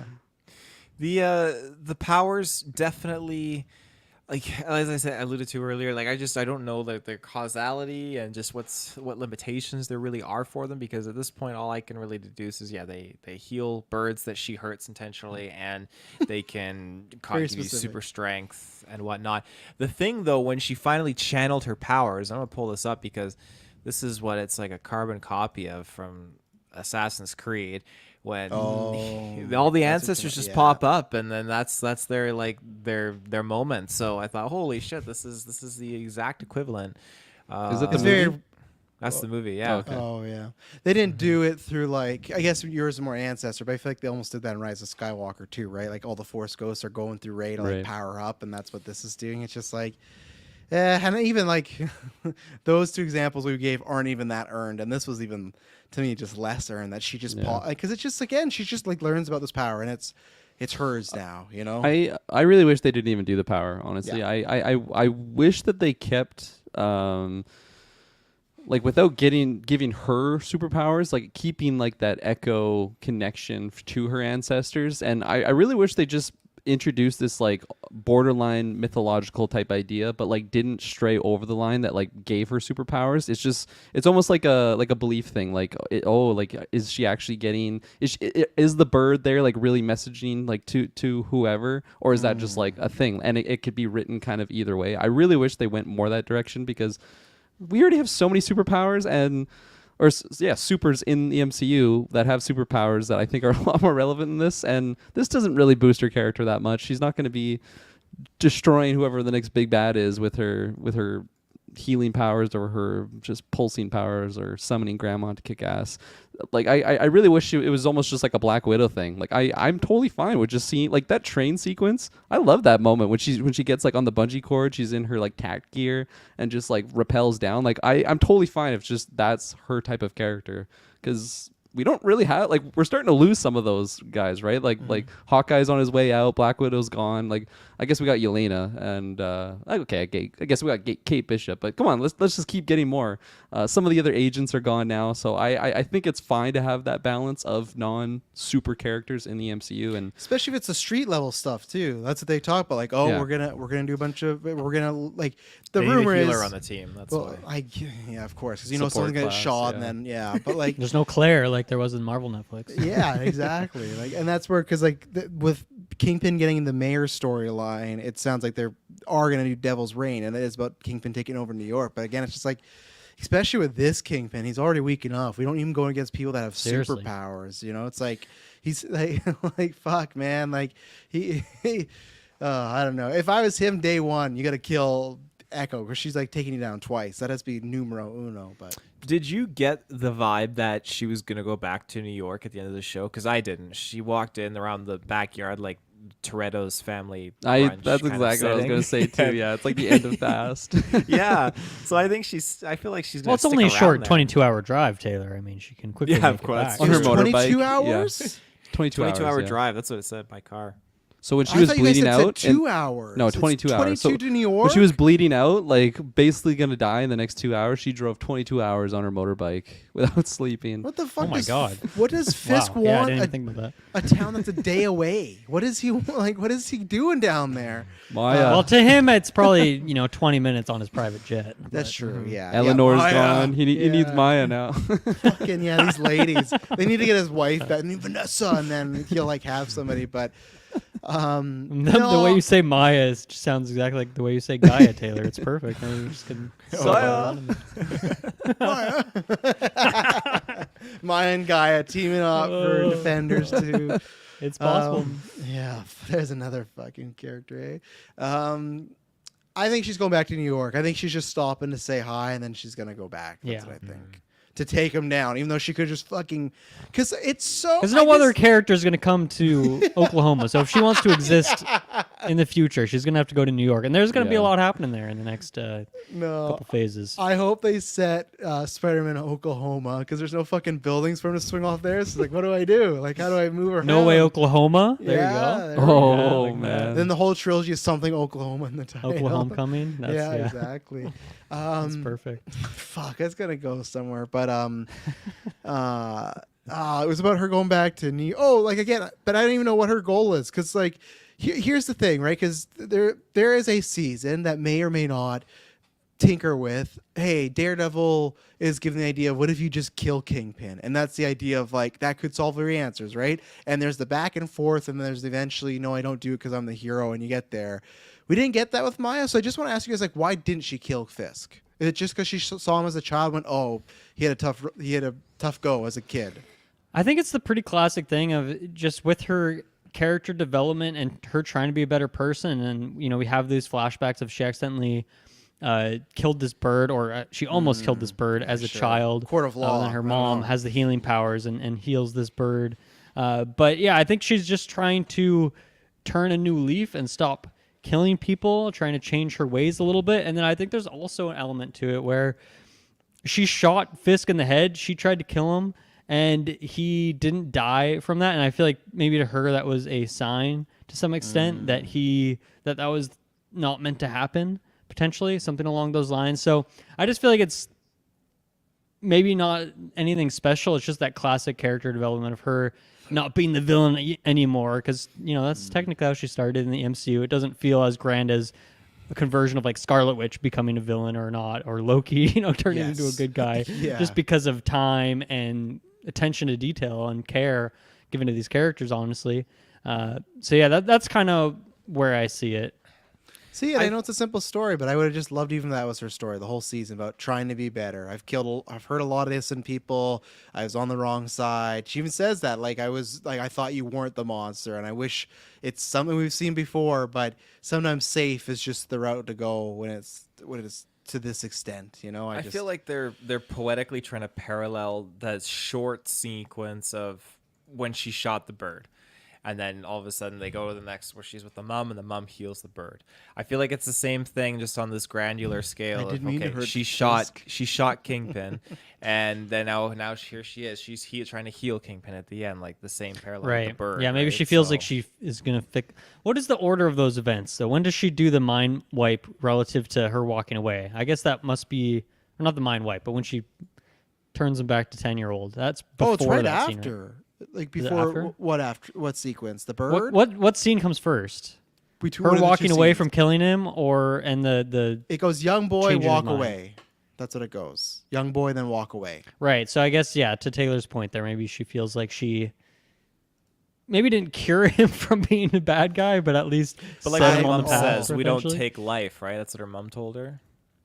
I guess I was so worried she was literally just gonna literally heal his mind and he was gonna be a good guy. I was like, oh my god, don't go down this route. Professor X style. over here. Yeah, I just swear we better not see her throwing some guys off a fucking building next time we see her, because that's always the thing they'll do this. Daredevil didn't do that, but shows will do that where like, oh, I can't kill this main guy, but then like, oh, goon number 2, oh yeah, I fucking snapped his neck in front of a crowd of people and they cheered, like Maya better not kill a single soul from here on out then. If she left Kingpin of all people alive to go back to New York or Oklahoma, who knows, maybe he's gonna run for mayor there too, and maybe I don't know what the law Yeah. is, but And it's like that thing again that I guarantee he's going to be killing a lot of people directly or through his orders. And now Yes. this completely comes back to Maya, not just ending them right there. Like she could have saved all those people's. Yeah. yeah, and I just wish that, like, I know it sounds bad, but when we talk about Fisk, I just wish he killed one of those family members off. None of them were that developed. Like, who was his name? What was it, the fucking Tater Tots or What was Biscuits. his name? Biscuits. Yeah. Kill. Throat his slit. I just wish he killed one of them in front of mine, so to really show, like, hey, like, you should have fucking turned me down. Even then, like, I just like Kingpin, his whole like night is I'm just gonna sit on this plane and wait and hope that Maya show up. Like, I'm just gonna sit here, just hang out just for a couple hours. I'm not doing anything. Just hopefully she comes around and it doesn't happen. Well, he kept baiting her, right? Because first it was like, I'm going to be at the hotel. Meet me there. He sits around and waits. Oh, okay. Now you came to the hotel. I'm going to be at the plane. Meet me there. You like this hammer? He did have that guy that was the mafia kind of style guy who was on top of the RV just with that Oh fucking my RPG. That was a What's little going cringe. on? Just because Oh, when yeah. he got Dude, shot, he so fell back, cringe. shot it up into the sky. Oh, And like fireworks and all that. he's like got his hand on the trigger, and then he's like, "Wait a minute, what's that?" He's the guy with the pistol. He's like, "Oops," or does this fucking one line. And like He he's just out in hopped the on. That open. was No so one's gonna dumb. walk by and be like, "Why is that guy got a fucking RPG out for?" Like, what's Oh, we got some fireworks tonight, people. yeah? It just felt very like Disney. I did like movie the when scene kids prior to that taped it. though, when he's like driving up to the parking lot and the guy's like, "Oh, you like need a pass to Oh, drive yeah. through." He's like, "Yeah, okay." And then they'd have like that back and forth a couple times, and he just drives away. He's like, Oh. "Yeah, okay." You just reminded me, Dylan. Fuck, this was so cringe. Because Biscuits, Oh. the uncle was asking Biscuits, "Do you have a weapon?" And Biscuits like, Oh "Oh, I my got God. something." And he drives his monster truck over the 2 vans full of That goons was- yeah. inside. Fuck, you should have sent him after Fisk. He would have taken Fisk out. He would've Biscuits. taken True. him down. Yeah. Biscuits Does Biscuits killed have the 12 people ability that day. too? If he's in the bloodline, he must. It must be like a fucking Black Panther Wakanda thing where all these people can light up their hands. He's like- gonna be leading the defenders. Because that guy, he's a Biscuits. cousin, right? He's Bonnie's brother. So he I should just hope that technically have Twice yeah, it. removed. I hope that doesn't happen to him. Just because, like, imagine she's fighting crime, she's powering up, and he's just somewhere like like having a good time with himself, and his hands are just fucking lighting up. You know, like I don't think it's. Well, I'm just saying, like it's gonna be inconvenient sometimes. Your lights just It's gonna be the best last bust of your life. He just lost his entire lower half. Well, then he can heal himself too. 'Cause the power Yeah, to true. do He that. should. Oh, let me pull. Daredevil. Should we talk about Daredevil at Murdoch for where he was? So My prediction Sure. was fucking off. What did I say? Three too. episodes. I think we all said 3 Crikey. episodes, right? I said For 2. Travis. yeah, First and I and was last, still right? wrong about. I was still wrong Doubled about the it. 2. Yeah. Yeah, I thought it was capping it.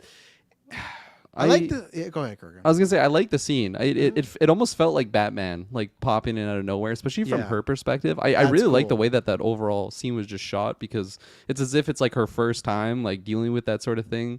She's just kind of standing there and then like just seeing the chaos, and then she ends up jumping in to help out her comrades, and then yeah, there's this like.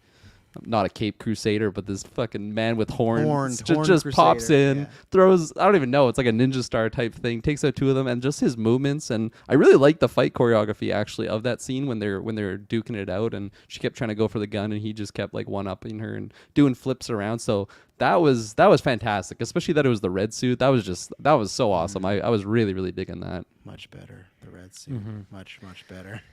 Yeah, no, I thought that was a fantastic fight scene. That was really fun. I think the camera was just moving around like crazy and following it in a really fun way. Just obviously we saw some of it in the trailer, but I think it's not part of her power set necessarily, but like the brutality of the metal leg when she wants to throw down with it, just kicking Yeah. chairs across the room into people's heads is great. Like Kirkland, you mentioned earlier how sometimes you'll kind of get more from her perspective and it will kind of deafen out the sounds, and you have that moment where it even slows down, and then you just hear the neck crack. Like that was really great, really beautiful and visceral. And then the Daredevil stuff, like he's in there for 1 minute, A minute but and 59 seconds, Dylan. there you That's what go. it But is, the yeah. best 1 minute 59 Yeah. seconds of the season. Maybe I don't know. It was a really fun fight scene. You could tell they were maybe trying to do a little bit of the hallways fight scene sort of Yeah. stuff where they tried to have a longer continuous shot. You can see where the obvious Not as breaks are. smooth. Yeah, Disney it was Plus. clearly not as it's not as smooth as like Birdman or something where it's like where are the cuts? When do they do that? But yeah, just really fun fight scene all around. And Even honestly, it set a tone that was not delivered on for us this season, Yeah. which is maybe something too. And I mean, I just feel like even across the marketing, the trailers, like I did not really get the show that I thought I was going to get here. Yeah, and like just like that spine crack scene when she kills that guy, they did like a big emphasis of like you could hear 2 heartbeats, and then all of a sudden you hear 1 heartbeat. And I don't know like exactly what a deaf person can hear or not, but like I feel like you could almost feel like that heartbeat like in that moment, especially just your own like pulsating just from the adrenaline and everything. So That's it was maybe just a like really the good Daredevil moment. connectivity. The idea Yeah. of him sensing heartbeats, that's cool. Well, and they even did that. Like I think that like people do that because they also do that at the end when the drums are going and she can't hear the drums, but she can feel the vibration of the drums when she's in the Yeah. parade. So they kind of parody that, not parody that way, but like put them together to show like Parallel. they're parallel. Thank you. Like you can get certain just like vibrations and rhythm from things, right? And that's what I liked, and that's why again when I go back to it's a simple story, but I like when she broke his neck, it wasn't just broke his neck and went on. She took a couple beats because clearly you could see this is the first person she's killed, and she kind of registered that as like, oh fuck, like I like this is a step. But then some guy pulls a gun, and then it's like, okay, you gotta snap and go. So that's what I liked, where it's like the stages were set there where okay, we want to do that, but they just did the first part of the story and the last part of oh, she regrets killing somebody and she's gonna stop. There's just the middle stuff they just left out. But it reminded me a lot of like one of the few good things about the Suicide Squad movie, the original, when they said, oh, we want Batman to show up in this movie like you're from the Goons perspective of you're just doing stuff and imagine just Batman shows up. And that's what was cool here, where they're just standing around and all of a sudden Daredevil's baton just comes and smacks the guy and knocks him out, and you're just like, oh my god. So it was a great scene. There's one CGI thing I hate where it must have been a reshoot or something. He like falls to the ground, he like jumps up really quick. It's just a full on CGI Charlie Cox. Like it just doesn't look right. And I agree where even to me, the Daredevil Netflix stuff, to hide the one shot, I think they were much better at it. There's times where just the wall, it goes by like the wall for like 5 seconds. That's fine. It's still cool. My only problem again is I just didn't buy at one point he knocks her down and Echo looks back and he's gone. I don't know why Daredevil wouldn't just finish her off. Not kill her, but just like, why did he leave the fight? She was down and she got a shotgun, sure, but it's like, it's Daredevil. He just took out a room full of guys with guns and everything. So it's not like everyone had knives and she had the one gun and Matt was like, oh, fuck a gun. I've never dealt with this. Like, Wasn't the job kind of done at that point though? but why? What was the job? I just feel like it's to knock out guys, right? And criminals. Yeah, So it's weren't like- all the guys knocked out? but she's a criminal too, right? So it's like knock her out so the police can come get her too. Because I'm assuming these guys got busted, arrested. So it just felt very unhero like for a main hero to be like, oh, I'm just gonna leave this one goon down. It just like I don't know, especially Matt Murdock. He fucking like remember season 1, he's just getting into fights with everybody. He's a mess. So for him just to be like, she's got a shotgun. I don't know about this. Again, it just felt like the But whole he's gone through plot that armor. development. That's not the same guy anymore. He was having a one night stand with She-Hulk. This is a different Daredevil than back in the day. Oh, I don't know. I think this is old. I think this is pre-She-Hulk Daredevil. Because the red. I think that's what they're trying to show us. Is because remember this is Maya's But it's first post mission. Marvel Netflix, right? Is it post or during? I don't know. That's the thing. Because it's definitely because that's that's a flash. Once again, that's all the timing of things. because it's When definitely would that have before been? Hawkeye. Because right, she hasn't gotten her own crew yet. Right. This is her first mission. So I think this is like in the middle of while you and I were Yeah. watching Daredevil. Interesting. He just goes to a random warehouse and like messes up Echo and company. No, yeah, and good stuff. point. I Yeah. wonder where on the. Well, I don't even know where the hell would they put this on that official timeline because like there's stuff like what do they do for like Eternals? Where do they put that on the timeline? Do they just put that first, even though there's parts in present day? I think they put it where the present day stuff happens because those are flashbacks. So I think it is after Endgame, like in the timeline, Right. technically. So It'd be tricky for Echo. yeah. There's I- jumping all over the place. yeah, I think this you could easily just say it's season 1 or something like that, and he just took down some warehouse once, right? That had Kingpin goons and stuff. But again, I really hope. I do think it's time for an upgrade, like change the suit a little bit. I still like it, but I'm always still Team Red. It still just looks so much better than the yellow and red for me. I like just the grayer feel, and it was good. And I even like what I liked is just even the few little quips they gave Cox. He just felt like a boss, like in a boss fight where you're like, fuck, this like he keeps dropping these Yeah. one-liners because like that's what I did enjoy. Where I don't think he should have left Echo. Like, I feel like he could have still just knocked Echo out and she escapes the police. Very easy. I don't know why she can't just like straight up lose the fight, but I did like that. It felt like he was in control for most of it because he had his gear and everything. So, Oh yeah, his gadgets were in full swing. yeah. And that's one thing that did happen in Netflix. He could never use those batons because they never had the budget. So, like the flying and stuff, I love that's very comic booky. And I'm, again, hopefully the rewrites are going good. I really need Daredevil to be great in a couple of years here. So. When he first pops in, like dismantles the people with his throwables, and then he just kind of like right about to 1v1 Echo there, and he like has his two batons there and just standing there, he totally feels like a boss. And especially in Maya's position, she's like a fucking level 1 novice Day in that one. moment. Like yeah, like what a scary first day. Like man, crime is not for me if this is what I'm dealing with here. Yeah. Yeah. which sucks though because we always talk about in Civil War with it not being canon where like I guess Iron Man when he was looking for people for the team he didn't think Daredevil was good enough, because he Missed found him. Yeah. he found Spider-Man, but I guess he just looked at Daredevil's footage and went, nah, this guy's not needed. He's not Need going a for a different blind lawyer. guy, right? I feel like Iron Man. He doesn't know he's blind, Daredevil. He probably knows. If he knew No. Spider-Man was Peter Parker, he knows Daredevil was blind. I also think that he probably would have thought that Matt would have picked Cap's side too. So like, Oh, like 100% he Peter, would've picked Cap's Impressionable, side, yeah, yeah. Daredevil's going with Cap. So what about you, Terry? Because obviously you've seen like sprinkle here and there. You got She-Hulk. What did you think about this Daredevil scene? And were you disappointed it was just the one episode? I was very disappointed it was just the one episode. I thought this was fantastic. I thought if this is just kind of like a prelude to what can I expect, but I get more in that Daredevil show. Oh my goodness! Oh, that's just wait. fantastic. You're getting the Daredevil show. You're getting these scenes, not exactly, but you're getting these scenes, and I think better in my opinion. Like there's a couple long hallway fight scenes that are quite good. So that gets me excited. Like it really, really does. And I think the way that they delivered him in this show, just he looked fantastic. He looked really fantastic. So that gets me super, super pumped. I was thinking about the Echo director says that the series will feature a number of cameos from other films and shows. Well, you guess got that kinda item went- cameos. They showed a hammer from season of Daredevil, so Okay. Yeah. I guess that's what they meant then. I don't know what they cameos meant. like characters and whatnot. I think that's Damn. also another thing too with the viewership and numbers when they're doing this thing of like, because Daredevil was a lot in the marketing. I think even general audiences have figured out if I just see that character in one scene in the marketing, he's not in it much. And I think people have now figured out that like they try to make it like, oh, Daredevil's in this and Kingpin's in it and Echo. It's like people know, nah, this is a trick. They're not in there. And yeah. Well, I'm like I already said, I'm very disappointed we didn't get to have more Daredevil. I feel like it would have been fantastic to get just a little bit more in the present day setting. But why is Daredevil going to Oklahoma? I guess that doesn't really make much sense. So, Well, he wasn't in Oklahoma. Oh, you mean why would he? Okay, yeah. yeah, based in New York. Unless Spider-Man's going to Oklahoma, then Daredevil's going to go out there too. They're all going. Let's take another ad break and then we'll talk about some more final stuff and then probably close this down. We'll be right back.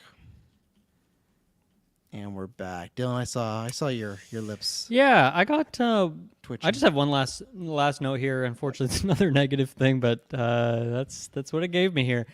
In episode 3, the flashback we got there was this character, and it was like a black and white sequence, which was first shot in like it had like the 4:3 ratio with like kind of the film grain, all and I kind of like the idea of that, but overall, like, I mean, I'm not a film expert in terms of sizes of film and all these effects and whatnot, but this definitely felt like shot digitally and like movie maker black and white filter over top of it. It did not look very good in my opinion. I think when it had the 4:3 and the film grain, like that maybe distorted the black and white, but you could just tell because of the lighting and whatnot. It didn't look very good, and so this whole sequence went on longer than it needed to. I think it looked cheap because of that, and then even the action of it was kind of weak. So that sequence didn't really work for me.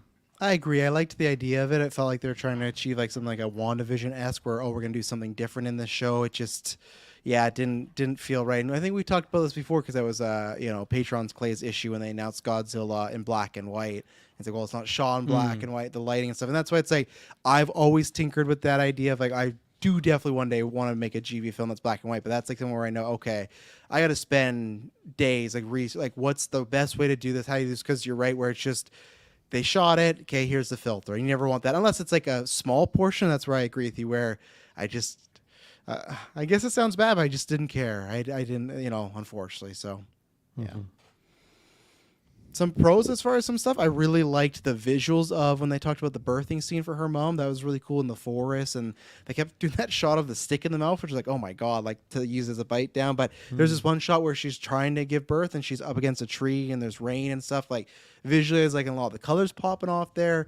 I mentioned this kind of all happens that same sequence where I did like the conversation between Maya and her grandma. I just thought the acting was good there, and I enjoyed it, and I liked that she was just acting like things were normal, like, oh, you want a snack or whatever. And I think Miss Cox again does a great job acting wise there, feeling like abandoned. Again, they could have played that more as the hero wise. And I did like the Echo and her mom conversation.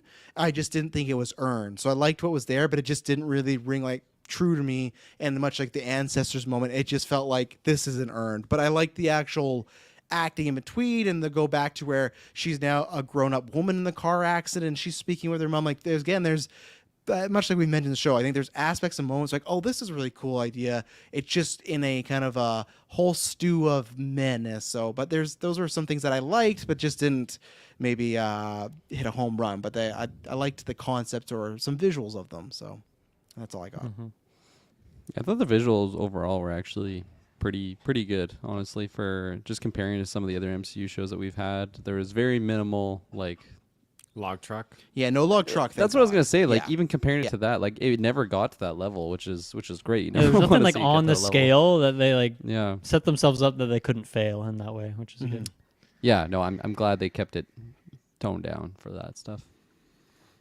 Yeah, I'll piggyback. Visuals are great.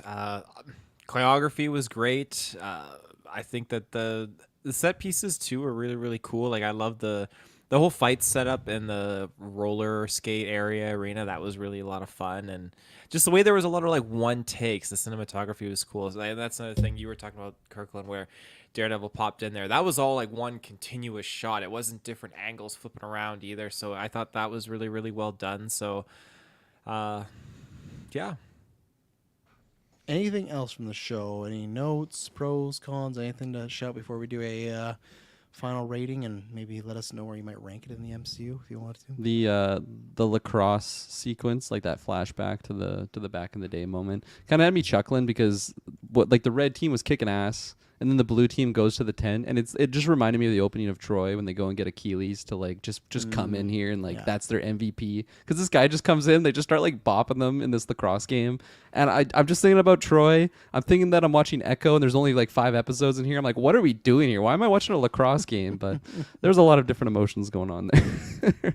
That's a Funny serious sequence. lacrosse game because like the loser is banished from the lands. Like Yeah. that's not what I don't want to play for those stakes. Oh, If those are the gladly stakes, I feel watch. like it should have been bloodier. Like people should just be like fucking.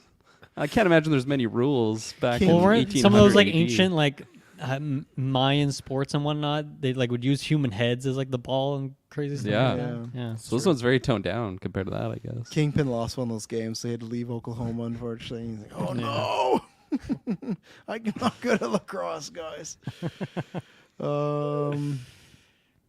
Anything else? Going once, going twice? My last thing, I guess, I did enjoy, as much as I said I didn't enjoy the family kind of all being like a super team. I did enjoy the individual family members. The grandparents were great, and You uncle would was like great, biscuits, so. huh? You liked biscuits? Biscuits is definitely at the lower tier. I didn't Good. really enjoy it. He's like, he has to fix the truck, selling the PlayStation, $100 on the radio, just going crazy. I didn't like that, but I like the grandpa. The grandpa is probably my favorite family member. Him, and just with the grandma too, when they'd have their moments and their bickering. But I loved it when she came back in and she wanted to get the sewing machine, but he was already going back and he cleaned it up for her and brought it to her. I think that was really, really cute. So I like their relationship. I will say too, like there's jokes, and that one didn't hit for me. But I will also give it credit because I feel like in Phase 4 they did this too much. Is I feel like it wasn't like an overly quippy Marvel show. I think there was humor, but it wasn't every character was jokey and saying some sort of pulp culture reference. So I appreciate that. It sucks that it's not a project that I enjoy more because I want that to happen in the projects I do enjoy more. Because there's just sometimes where they always got to go for the joke, and I appreciate like. Unfortunately, I feel like Secret Invasion was like that too, where they didn't go for the joke a lot. But again, the quality isn't there, and watch they're gonna look at it and be like, "See, when we make serious stuff, like no one likes it, no one responds to it." It's like, no, that's not that's not the thing. Don't take that lesson away from it. Can we but- just say fuck Secret Invasion, man? Oh yeah, my fuck God. Secret Invasion, man. Jeez. It came out, and I got not this year, last year. Secret Invasion. Check out the MCU Golden Geeks. Let's see where it appears. If are we on final thoughts then? Final thoughts, ratings for people? Yeah. Sure. Okay, I'll go first because I already spoiled where I put in the MCU. Yes, bottom third right now. So right now it's Secret Invasion, Ant-Man, Quantumania, and then Echo. And I think I just have to fail because I was going into this cast because sometimes that happens with scores where I go, okay, I want to talk about because there's some things I do like. There's some things that I have positives, but it's like how many and also how many will other people bring up where I go, oh yeah, that. Or if it's a different perspective, I go, okay, I see it that way. Now I like that more. That didn't happen enough in this cast. And maybe, I'm excited to listen to Marvel Alliance with Chris and Brent. I think they're a bit more positive on it. So if you want a positive review, go check it out. But that's where it's like, I still don't think there's enough there for me. Fucking thumbs up. Come on. I'm not giving this a thumbs up. Do you got one of these StreamYards? No. I will give this, if I gave Ant-Man a 4, whatever I gave Ant-Man, because I failed that, I would give this like a notch above it. And I guess if I gave Ant-Man like a 4.9, I'd give this like a 4.95. I would still rather watch. Making up new ratings for this. Yeah. I would still rather watch this than Ant-Man. But the only thing, as I said before, that Ant-Man, it's gone now, but at least had some good moments with Michelle Pfeiffer. It had a great performance with Kang. I don't really have a great thing here, but it's not obnoxiously bad or have anything. It's just a lot of head scratchers and it's a lot of weak storylines, weak writing, weak plot, and just weak motivations all around, where that's where I do think this for sure was 6 episodes, maybe more, because this is the definition. I haven't dropped it yet, but this is the definition of butter scraped over too much bread, and that's what Echo is. So I got to give this a failing grade, unfortunately, and I don't like doing this. It sucks. Up into 2023, never failed a single MCU project. Even Black Widow, Eternals, I had issues with. There was enough to be. I give this a pass. man. And this is another thing I'll say. I forgot to say this in my opening, but this is why when people got on the bandwagon, I couldn't, because for a whole year we heard, oh, there's problems with Echo. Like Kevin Feige supposedly watched it, wasn't a fan of it, and then the trailer came out. Everyone's like, oh fuck, those rumors were wrong. Look at this, a great trailer. A good show it does not make, and that's the problem where those can fool you. And I'm still worried about Ironheart. I'm worried about Agatha. I'm worried about all these shows that was made in this era that we heard. Daredevil, when they stopped, luckily when we heard those reports of, oh yeah, they're really unhappy with how these shows were going, we still got a couple more of those shows coming our way. So I have very low expectations for anything before Daredevil that's live action, because I think this was made in that like rush it out, get it there, get it done, put out a product. And again, it's just, I think this is stuff, this does, I think, all not hurt the MCU in a way where it's like the canon. It just hurts it where people will watch us, turn it off, and get less excited for Kingpin or Daredevil and stuff. So yeah, I'll just say a 4.9, just a below a fail, but I got to fail it. I love it. I think for me, it's funny. This is like, if I had to compare it to anything in the oh my god, am I tripping over words Sound like here? If I had to Travis over compare there. What's anything going in the MCU, I guess I'd compare it most to Miss Marvel in that, there's a couple good moments I like, but overall it's like the show is pretty weak, but I still really liked my main character here. And that's the same thing here. So I'm hopeful that there is a future ahead for Echo that I enjoy, where she can pop up in something like a Daredevil or other, New York or Oklahoma Street level things, and we can get some more of her character, because I'd like to see that there. Because even, Miss Marvel, I like the Marvels more than other people. I don't love it by any means, but at least like that character went on to do something else that was better than that TV show. So I don't have my list in front of me here, so I don't know exactly where I'd put it, but I could easily plop this in the bottom 5 at the time being. I want to say I'd put it above Secret Invasion. Quantum, yeah, I got to put my list in front of me here, but definitely bottom 5. I can say that without a doubt. I think so. It's unfortunate, but that's just the way she goes. So looking forward to the next one, which is Deadpool, I guess. Or Yeah, X-Men. Deadpool, So, X. I be up feel at from here. least, man, X-Men better deliver as well too. If X-Men is like this like if they were disappointed with X-Men, that's gonna fucking hurt big time. Yeah, I mean, obviously, like Guardians was great last year, but from Secret Invasion, Ant-Man, I didn't like Loki season 2, into Marvels, yeah, you know what it is. I guess What If is in there, but yeah, it's been a rough stretch here for me. So, and I'm Do you guys tend to be more positive, I think, on some MCU stuff. Do you guys get concerned about what they might think is like You sound like Emperor Palpatine there for a second. their, parents. Echo. their interpretation of violence and like mature content and whatnot, based on what we've seen with Echo, applied to Deadpool 3? Deadpool, no. Other stuff, yes. Okay. I think because it's Reynolds, you get the pass. You can make dildo jokes. You can like have anal sex. Like no, but like that. Like I think that's like dildo.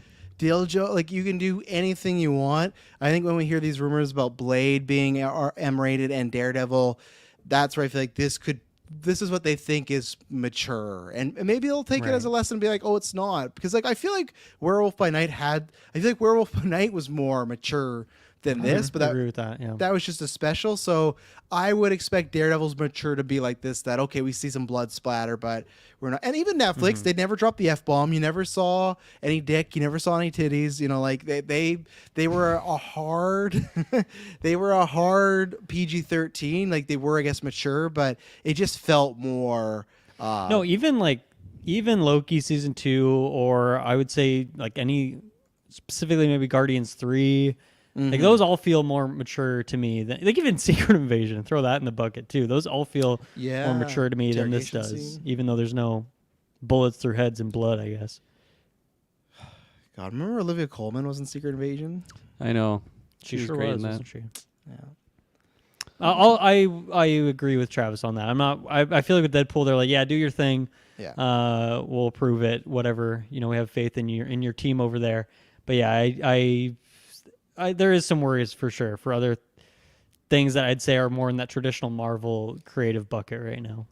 Definitely makes me want to lower my bar on expectations for if they. It's not like like after this, it's not like, oh my gosh, this project's gonna be R-rated. Buckle up, this is gonna be crazy. Like it's Yeah. definitely never in that category after seeing this. Like, and Deadpool's e- gonna be crazy though. And even to me, like the brand of already Marvel Spotlight, it just like starts with a whimper. It's like if I get this logo again, Yeah. sure. It looks like Kingpin to me. yeah, yeah. It's just like, what does this mean? Like, what does it mean? Because I just like, and especially too, like, oh, this is gonna be character focused. Like, I don't think this was character. It focused on a character, but I don't think this was a character driven story. So right away, this Spotlight branding, it's just a brand. It's just like I feel like this is something they threw in there to make Echo more appealing to people, but that means nothing, unfortunately. So, Mr. Patzer, what would be your rating, and where are you thinking right now? Yeah, this is tricky. I'm similar to you, where I was curious how I was gonna fluctuate on my feelings like after the review. After we've talked about some things, sometimes we talk about something that's really positive that boosts my score, or super negative that lowers it, and it kind of lowered a little bit, but like nothing too drastic. I have made the decision. I am gonna fail this show. Shush. Pretty rare for me. That's definitely across the MCU, especially. Like I feel like I. Even just in general, I feel like it's very rare for me to fail something unless What do it's you think just you have? Secret incredibly Invasion? atrocious. Secret Invasion for sure. Eternals I did. No, I don't think you did. I thought I fail did for Eternals. You I gotta thought I did. rewatch that movie. I do gotta rewatch it. It needs to Now- climb out of the yeah. dredges that we have at the bottom. I feel like there's a clear dredge tier now of these Yeah. of these Aw. Marvel things, and I feel like Eternals does not belong there, even for you guys. Not now though, because for me that was like, oh, this is a decent movie, but we have so much greatness. Eternals, I'm picking every day over Echo, Secret Invasion, Ant-Man. That makes me happy, even though you it's a know, huge like- asterisk on it. But Yeah, but like, yeah, I'll have to go back. If you did fail, it was like a 4.9 situation. I Yeah, think you were it was pretty close. Yeah. So, yeah, my F. letterbox lagged out. I couldn't pull it up. I was gonna check my MCU just timeline there, but I'll update you in the future. But nonetheless, for this show, like there is aspects that I liked, and for that reason, I did want more episodes to just dive into regions that they kind of exposed me to a little bit, but we just didn't jump into them with the plot stuff and the character stuff and just a lot of it. It just seemed like they try to cover some things or introduce some things without actually diving into them, and for that reason, that's just a fail. That's not how you tell a story. And big letdown with the Kingpin appearance. Wanted more Daredevil. I thought he was fantastic in here, but the main reason why it's so tragic that I'm failing at this is because like the main was amazing. I really like the casting. I did like the performances and the stuff that they were going for, but they just didn't keep going with it. And yeah, like is it just Disney had such little faith that, or I guess Marvel had such little faith that it was going to, like, people were going to be interested if they did more episodes on this? I'm just curious what those boardroom meetings were going on with this, because Yeah. as you mentioned, like, we did know that there was some issues with the overall production of this, and it's very rare to have a show just binge release, especially in the MCU model, and Well, it's the first time they ever wanted to do that. Yeah, for that, right? it's very rare. And I just would love if those rumors were true of like, oh yeah, Feige didn't like what he saw. It's like, well, what was the original, you know? And who knows? Yeah. Maybe that's against it. Maybe the original is better. Like, oh well, this is too much of this, and it's not, because maybe there is a whole show that is just really lots of character conversations with the family and about the culture. And he's like, well, leave what you can in there, but like this is too long. And again, it could just be all bullshit. Maybe this was just, hey, I'm happy with it. And then at the same time, then if this is what Feige looked at, yeah, this is good to go. Like, I don't want to say I'm losing faith in Feige, but it's like we're getting to that point where it's definitely like we're past that point of like we can just trust him now. But it's like these past 2 years, these projects coming out. It's like, how did we get this? And I know lots of this was forced on him. Like, you got to make content, but it's just like, how can you just, in my opinion, look at this and be like, this is good to go? And that's why I think it's a binge, because it's like, let's get it out there. We're not going to talk about it. You won't see Echo probably for at least a couple years, because I don't think she'll be. I don't know. Maybe she'll be in Daredevil, but like I don't know. It's like there's a good chance you I don't mean, see if her that for 3 show's years. 20 episodes, it's like, why not? You know. If she's in Yeah. the same amount as Matt is in this show, Right. I can see that definitely happen. It's just the same percentage is scene, way more but just skewed. flipped from his Yeah. perspective, just like they did in the Hawkeye scenes here. She just so. kicks the shit out of him. Yeah. She's why like he totally ran. revved up. She's got her glowing hands now, and then heals them after Oh, because she's a good no. person. I can see. But for yeah, she just completely heals him. He stops Yeah. fighting crime. He just First goes and lives episode, life. he's no longer blind. You're like, what happened to Daredevil? He goes to the location where fucking Loki. He doesn't even and want to be a Odin lawyer and, anymore. Thor. Yeah. Look at it. It's Becomes beautiful. a podcaster. Oh yeah. Who else could she heal in the MCU? Just goes to Tony's grave. He just There's a lot of pops right broken up. souls in the MCU. But for my ranking number, I think it is close to 5, like 4 point. It's tough because I don't know what I would compare it to with like Secret Invasion or something, but I want to be close to 4.9, so I'll do like 4.8. Let's just say that a little bit lower than I wanna be Travis. close to 4 Nice. All right, Taylor, send us off. I was just thinking characters that could be healed. Colonel Rhodes. Which one? Just Terrence Howard. Yeah, Terrence Howard. Yeah, he gets You his healed legs me. back and he like turns. He's Terrence Howard Turns into again. Terrence Howard. Mark Ruffalo's Edward Norton again. Oh yeah, Rhodey. He's been a scroll for years. I forgot about Oh that my too. god! Oh that's- my gosh, I did forget about that. You know, after that- rewatch, like just side tangent, after rewatching Endgame recently and just seeing like Rhodey in certain situations in there, I'm convinced that no, this is genuinely the real Rhodey, because I feel like a Skrull Rhodey would just drop the I know, broken but legs gimmick in- and just like fend for themselves. Until we get it Because confirmed. There's some situations where he's like That's trapped so under funny, the rocks, actually. but he's like he's crawling. I can't But a move. Skrull Rhodey Yeah. would be like no, up on his feet and He's fucking just bounce. really leaning into that. He's just like fucking best actor in the world. My legs, Tony. He's good in tears. Again, Taylor, until we get it confirmed, because he had the same outfit that he did in Civil War. Yeah, he had so- that. Could have been a what was it, hospital checkup. Hospital gown. But yeah, the this show, Fucking I Secret Invasion. would have loved it if they were able to capitalize on a few more things, just to have a little bit more of a cohesive story.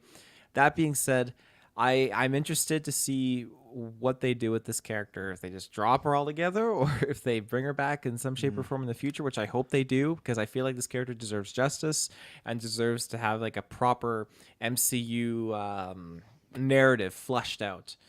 Not anything that's rushed and chopped up and mingled up like they did with this show. Again, I think the show landed on some really cool cultural representations and some really cool elements and just very cool choreography.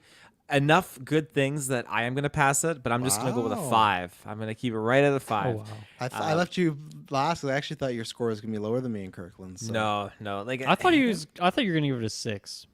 I thought about the 6, So but I'm way after over. us like talking it out and kind of venting some grievances, that kind of made me feel confident on that 5. So still wanted to pass it. I didn't want to fail it because I feel like there's enough good things in this show, but I'm not afraid of Kingpin. I wish we got to explore that dynamic a little bit more. That sound like he called you out, and this is you issuing the chat like, "I'm not afraid of Kingpin. I'm I'll not take afraid you on anymore." this Sunday." You hear that? I'm not afraid. Oklahoma, you and me, Kingpin. Let's go. At the powwow, just a big ball at the RPG fireworks. Nice. Yeah, that's it. And we'll be back for Deadpool. And I have faith in Deadpool, but I just hope next year, because I feel like we were talking about the last newscast. I know there was one review like, oh, I like the Tress as a Simon Cowell group and stuff. Like, I actually don't enjoy talking about the MCU when it's this quality. Like, it's like, I have fun because we get to joke around and some memes happen and everything, but it's like, it's just a bummer that we've had It's too much. It's too much right now. Like the Yeah. ratio is way off. We've had it'd be different if it was like you said, Dylan, the ratio of like 2 great than 2 bad. Like it'd be like, and there was like a back for, but I mean, like last year we had so much bad stuff, and then now it's just, or even if it's bad, it's just like mediocre stuff as well.